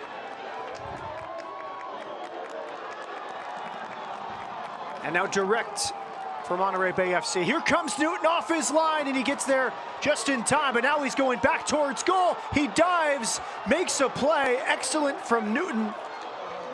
If not, it would have been a chance for Valesky. The goalkeeper taking a risk, coming out and trying to beat Valesky to a header, but he recovers really well and gets the ball just. Valesky goes down. The keeper must have got a hand on the ball. But you just wonder, there is a defender there. I don't think the keeper needs to be there. He's not going to beat Valesky on a header. Now, does he get a hand to this? Well, he must have done, because Valesky goes down. Referee doesn't give the free kick, so he gets away with it, Evan Newton. Risky. Were you a stay-at-home goalkeeper, Gary, or would you like to come out in those moments? If there's no defender, yes, you come out. But there was a centre-back to deal with it. I think under those circumstances, let the centre-back deal with it and then respond. If the centre-back gets beat and it's one-on-one, then you deal with it. But the moment you come out, you leave that goal empty. There's not much the striker has to do except just get a foot to it, and he sticks it into an empty net. So it's a very risky play. Maury doing a great recovery speed many times tonight, Gary. He's been beat initially, but he recovers. He did there and conceded a corner. It's a sign of a good wing back, because you're asked to push forward, but then you've got to get back and do your defensive duties as well. Corner kick here. Perez delivers right to the hands of Siaha. He goes for the early punt. Booming punt from Siaha. Gleedle trying to get on the end of it.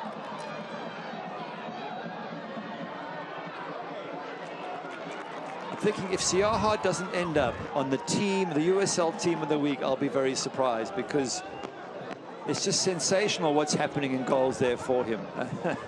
And it needs to be recognized by the USL, I think.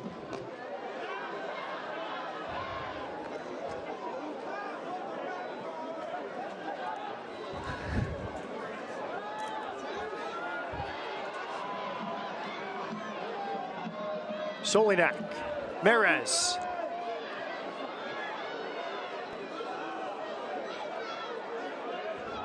Maris with Calvillo. Calvillo won the USL Championship last year with Orange County, Salvador International. Now it's Francois.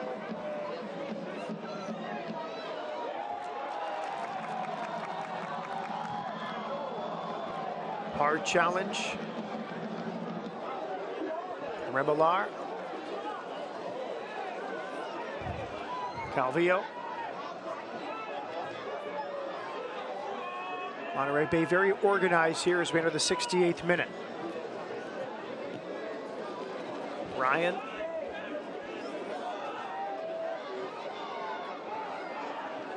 Good turn. Good support. And a free kick given to Monterey Bay FC.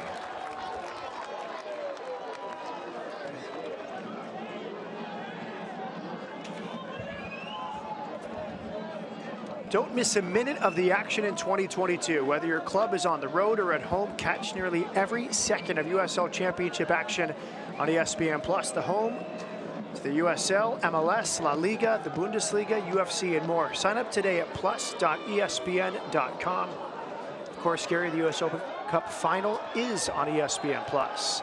Free kick here, run by Adrian Rebelar. He's clashed there with Egaluz, the Spaniard. They're both down and they both seem to be hurt.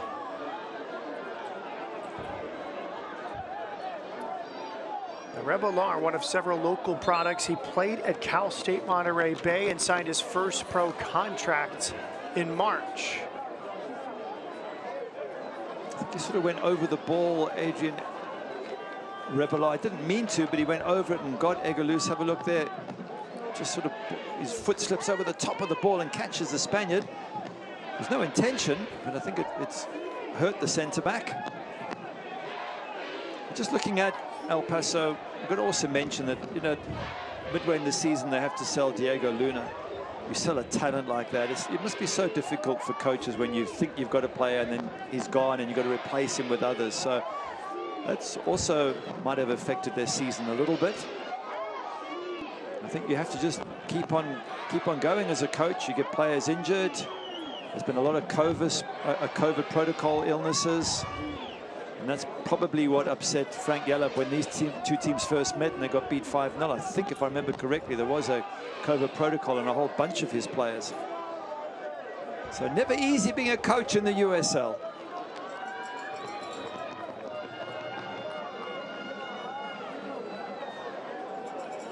Free kick coming here. Well, you mentioned the Diego Luna sale. Days before he was sold, he did not travel with the team to Las Vegas Lights.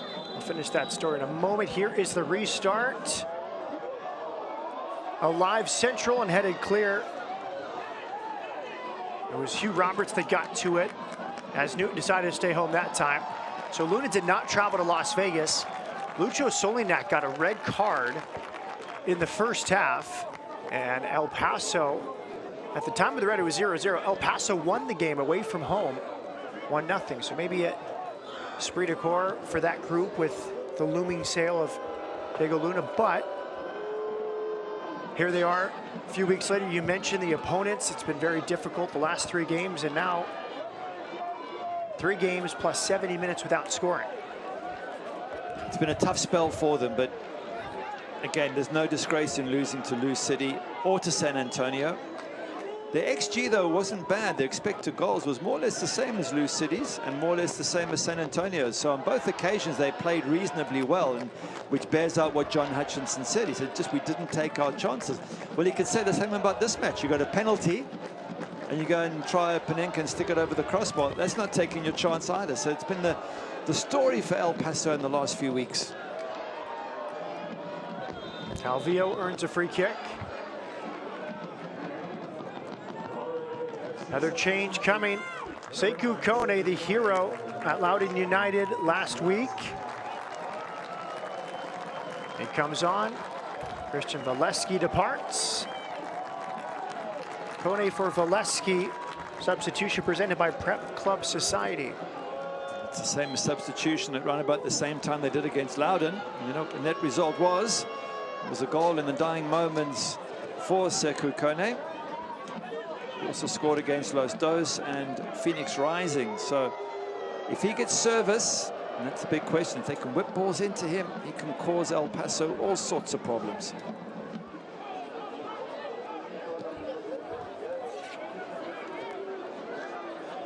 Kone, 3 goals in 13 appearances.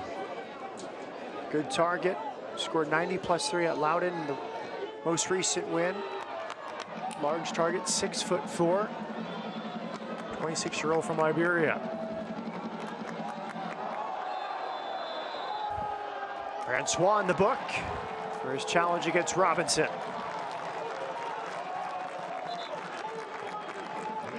And as with the others, or the other one, because as Kone is off, but as with Rebellard, Francois will now have to manage his tackles. You can't lunge in when you're on a yellow. You can't jump with your elbows up on a yellow. And that's just the coming together of ankles. Again, is it worthy of a yellow if it's not intentional? Now, was it intentional? I don't know. Maybe he did stick a foot out on second thoughts. Either way, he's got to tread carefully from now till the end of the match. Rebellard from Watsonville, not too far from Seaside. Hometown kid, played at Cal State Monterey Bay, and now with Monterey Bay FC. Sekou Kone played last season with IBV in Iceland. Here he is, self-pass to the end line. A little bit too heavy. I'm sure the cold winds of Monterey Bay aren't going to bother him if he's playing in Iceland. Couple appearances with Frank Yallop at Las Vegas Lights 2 years ago when Yallop took over following the departure of Eric Winalda.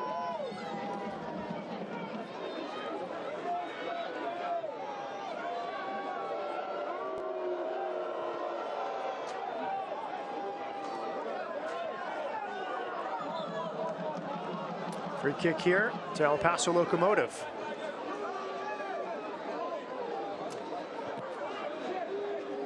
Here's Yuma.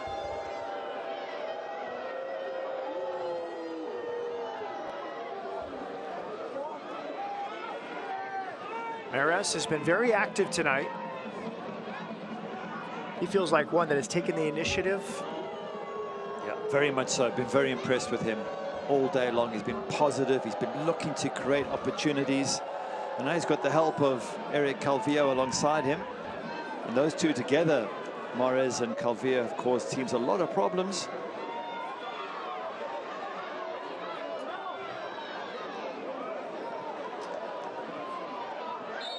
Free kick.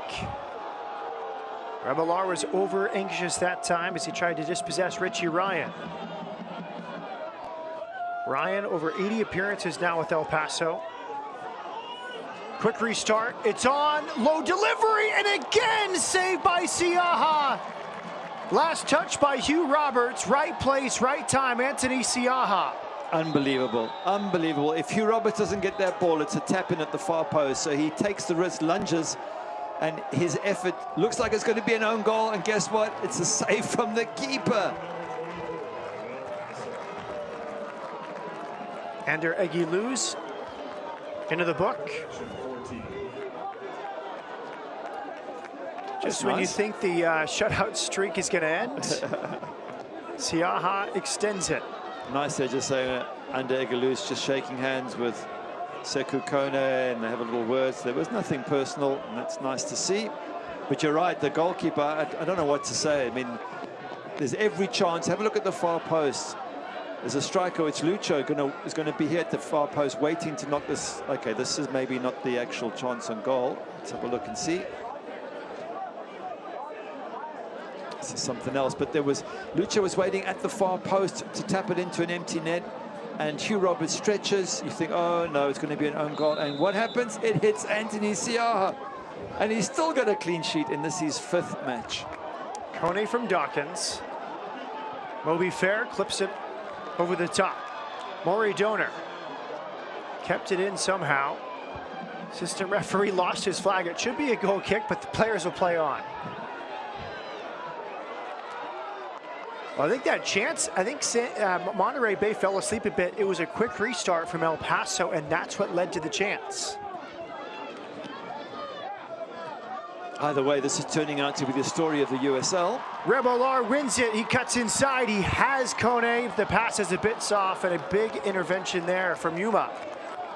Yuma doing well there. You're right about the pass. He needed to be stronger and quickly fizzed into Sekou Kone. He had the bit of space and time. But we're just talking about Siaha. That's got to be the story of the USL. Outside of Sac Republic making the Open Cup final, which is still a great achievement.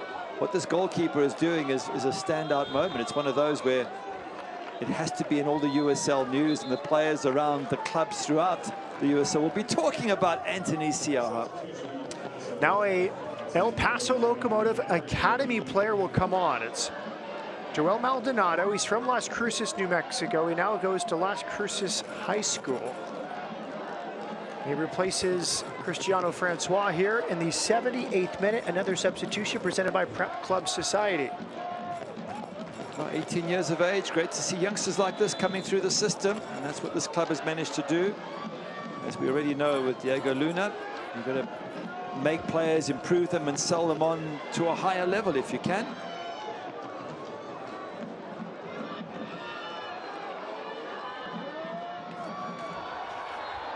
Free kick one.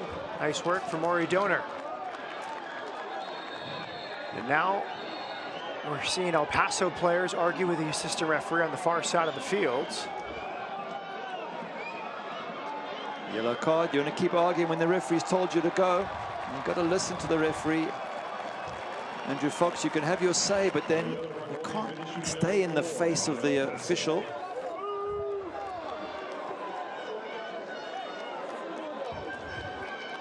Fox is booked.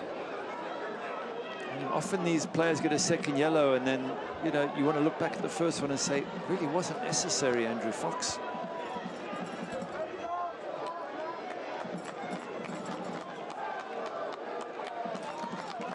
Now you have Sekou Kone, 6'4" target on the fields. James Murphy will deliver. El Paso setting its line on the edge of the penalty area.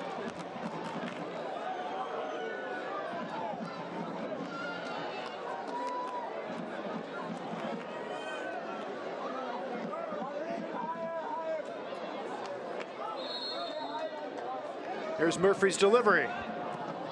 Didn't clear the first man, but it's won by Revelar. Donor clips it in, and the header not on target. It was Kai Green rising inside the penalty area. Nice ball in. It was just tempting for Kai Green. It just looked like he lost his balance as he went for the ball.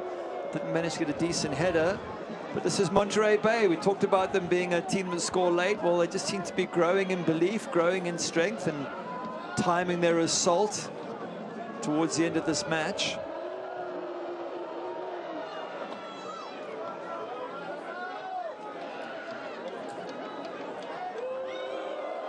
Yuba.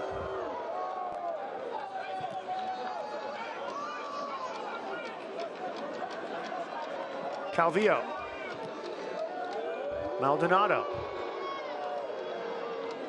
Richie Ryan now.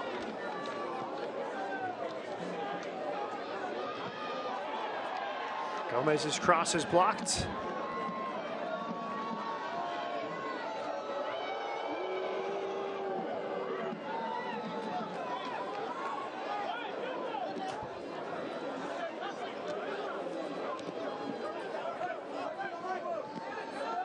Boehner. Richie Ryan. Methodical here from El Paso Locomotive. Gomez. Maldonado. Under Aguiluz. Aguiluz for Calvillo. Dawkins back to defend. Merez into the box. Merez earns a corner kick. He has been the guy I would say has wanted the ball most in the attacking half for El Paso tonight, Merez. Certainly has. He has been their best player, I would think. And credit to El Paso, they're attacking here at the death. They're not sort of settling on the point, which is exactly what John Hutchinson said. He said, we'll keep going forward, we'll keep high pressing, we'll keep trying to play the game, and they're doing exactly that. 11th corner kick of the night, headed clear. Ikone back in the mix, headed out again. Sekou Kone doing the work on the defensive corner kicks.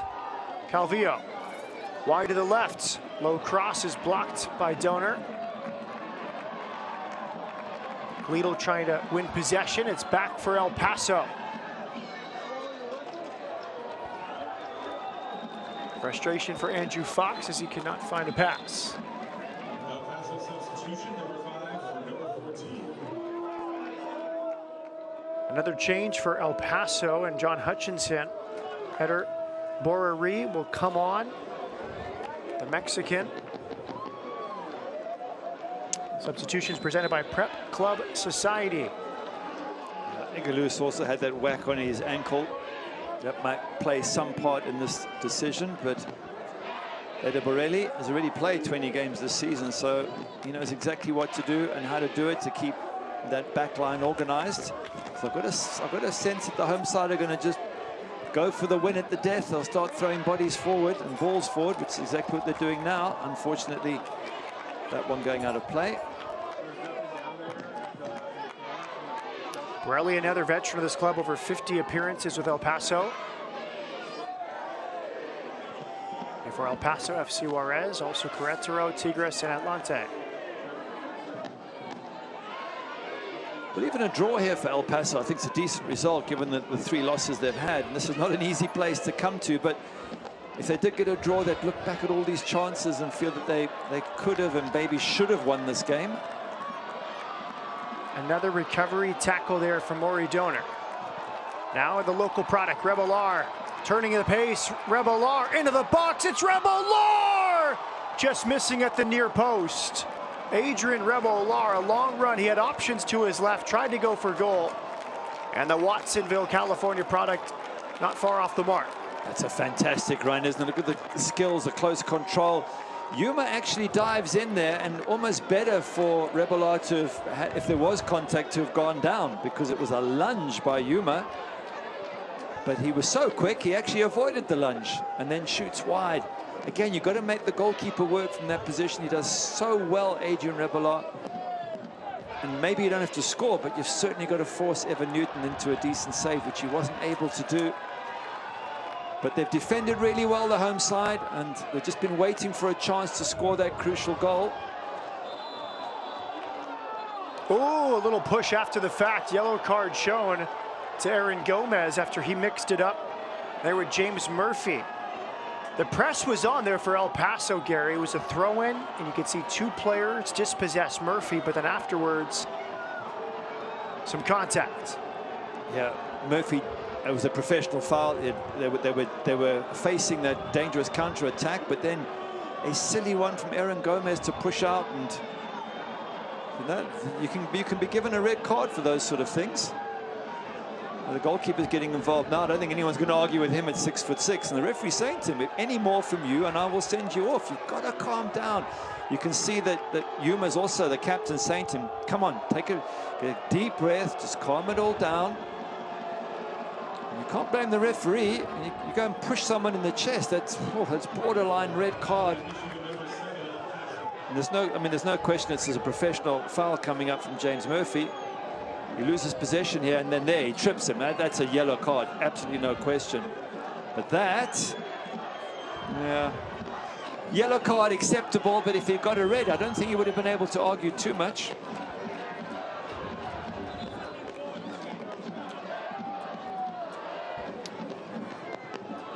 Murphy booked as well for Monterey Bay FC.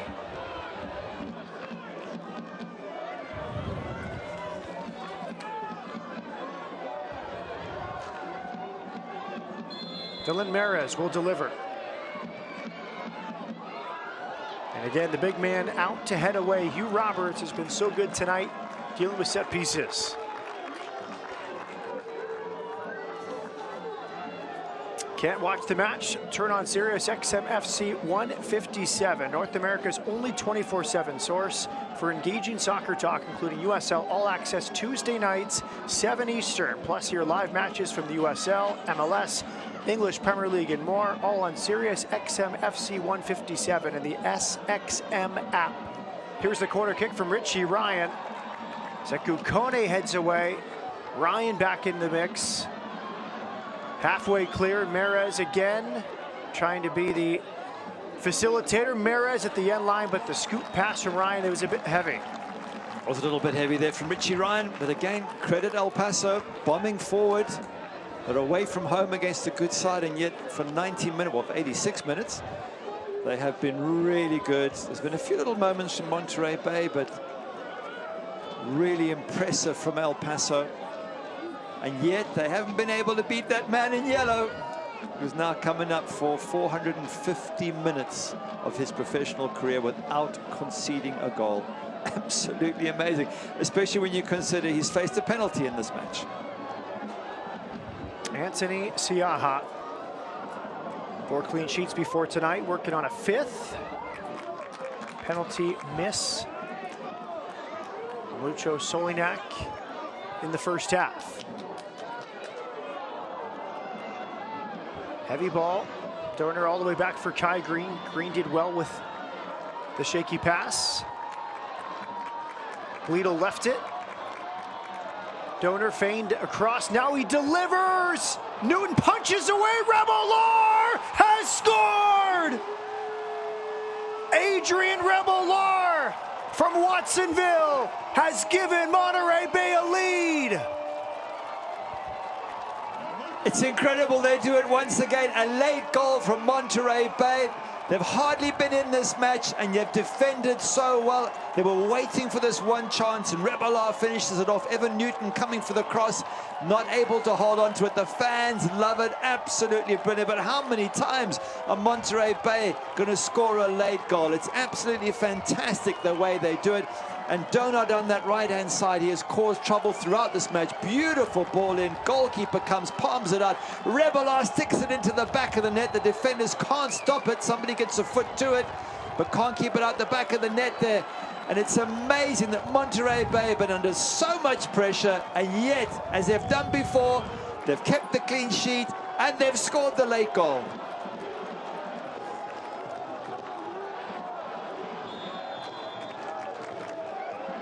Watsonville is not far from Seaside in the Monterey Bay community, soccer mad community.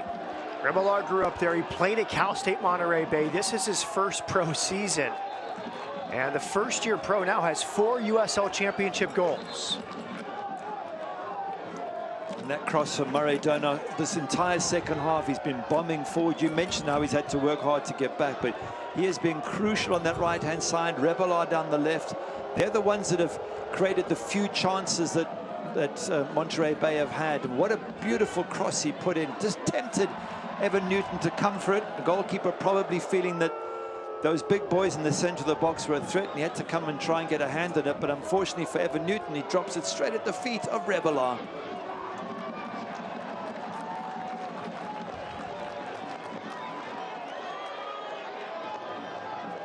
Cross from the left, headed out by Kai Green.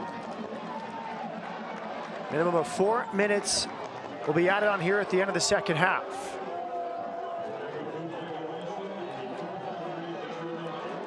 Adrian Rebelar grew up in Watsonville. As we said, it's a neighboring town to Seaside and the Monterey Bay community.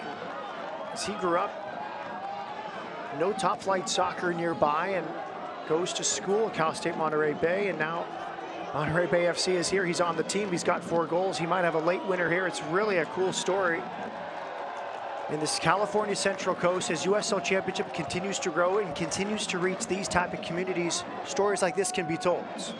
Absolutely, but for me, the story besides that goal, which you quite rightly say is important, is that man in yellow keeping the clean sheet. In front of him, Kai Green, Hugh Roberts have been fantastic.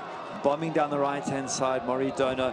Those are the players who've made this possible. And we said at the beginning, if you keep clean sheets, and they're now coming up for their 5th in a row, you allow the strikers the opportunity just to have one moment, just one moment where it works for them. They hit the back of the net, and that is game, set, and match. And that's what they've done time and time again. 1-0 at Loudoun, 2-0 at New York, or at home to New York Red Bulls, 0-0 at home to Detroit City.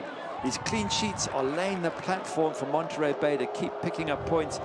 And if they do get the 3 points here today, they are seriously climbing up that table and getting closer and closer to that playoff spot.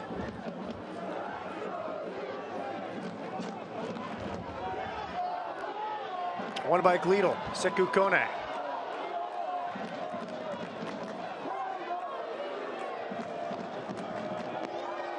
Now Yuma, more urgency out of the back for El Paso Locomotive.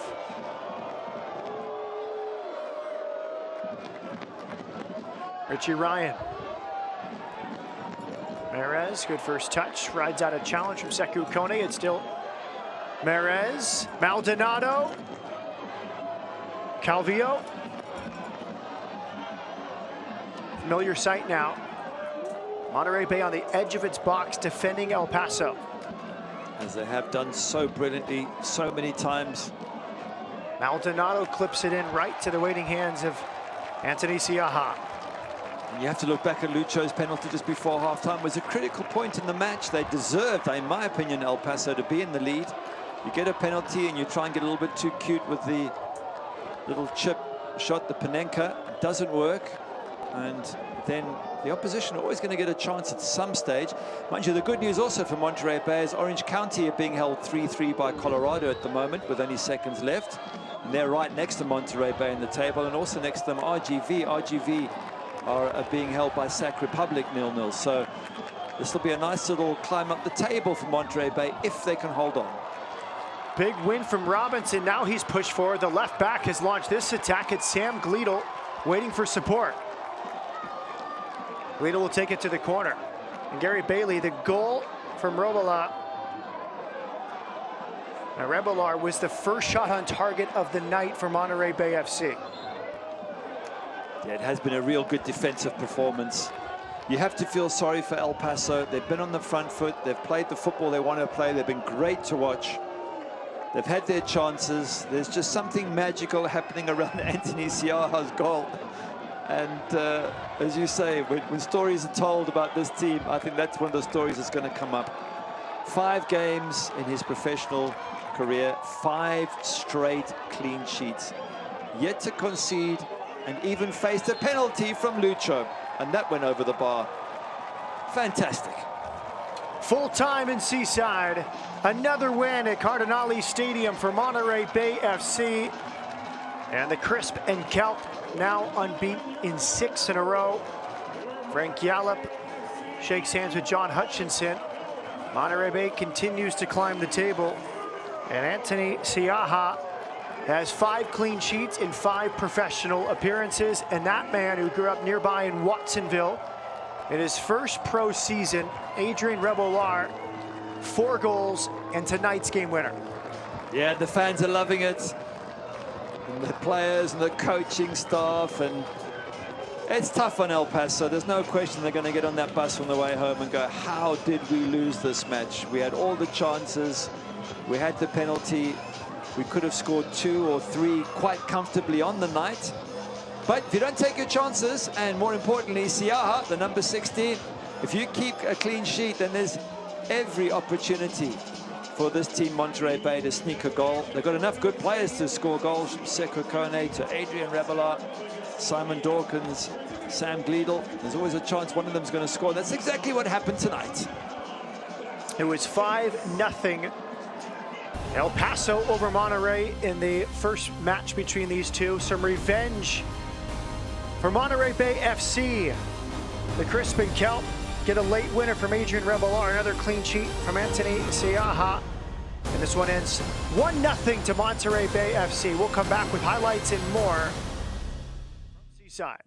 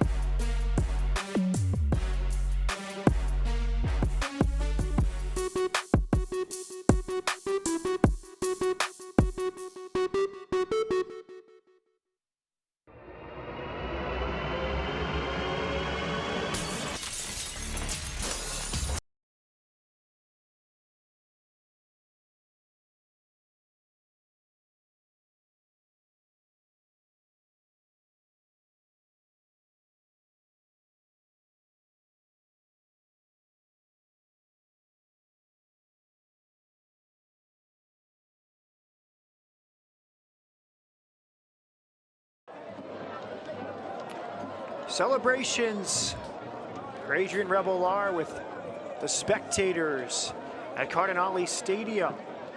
And there's one for the record books. Rebolar and Siaha, the first-year pro, and the goalkeeper who has 5 clean sheets in 5 professional appearances. On to the highlights, Gary Bailey. El Paso won the first meeting 5-0. We thought tonight might be different, but in the 44th minute, the penalty was earned. Yeah, Hunter Gorski either slips or tackles Yuma from behind and brings him down. Referee there's no doubt Elton Garcia, it's a penalty. But now, Panenka, it doesn't work. It goes over the bar. What are you doing, Lucho?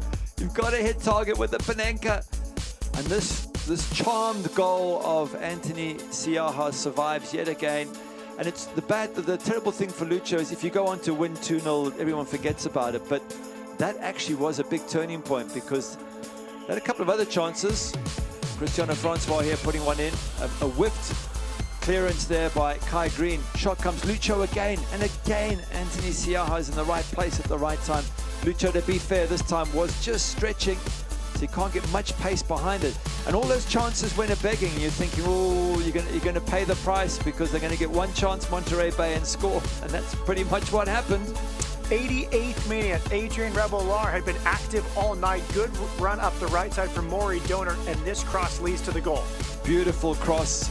It comes over the defender, so the goalkeeper feels he has to come for it, Evan Newton, but he can't hold on to it. And he drops it right at the feet of Adrian Rebollar, and his strike hits a couple of defenders on the way in, but it finds the back of the net, and there just wasn't time left. Delight for Frank Yallop and his coaching staff. Just really wasn't time left for El Paso to come back after that. And look at that, 1 shot on target, 6 shots in total. That's all Monterey Bay FC needed. Yeah, well, only 2 for El Paso, which tells its story that for all the possession and opportunity they had, they just didn't really create much. In terms of expected goals, 0.8 for the home side Monterey Bay, so 1 goal makes sense. 1.57, so they should have scored either 1 or probably 2 goals, El Paso, given the opportunities they had. Another bad day at the office. I mean, I thought they played well, but results-wise, it's bad for El Paso. It's their 4th loss on the trot. That is worrying for Coach John Hutchinson. Happy days on the central coast of California. Monterey Bay FC, after a rough start to the season, now 6 straight without defeat, 6th penalty attempt in his El Paso career. He made 4 of the first 5, but 1 to forget for Lucho Solinac. Game-winning goal from Adrian Rebollar, Anthony Siaha's 5th straight clean sheet. And Monterey Bay has won again. For Gary Bailey and our entire crew, Matt Peterson saying good night. Monterey Bay has done it again. They beat El Paso 1-0. This copyrighted telecast of the United Soccer League Championship cannot be retransmitted, rebroadcast, or reproduced without the expressed written consent of the United Soccer League Championship.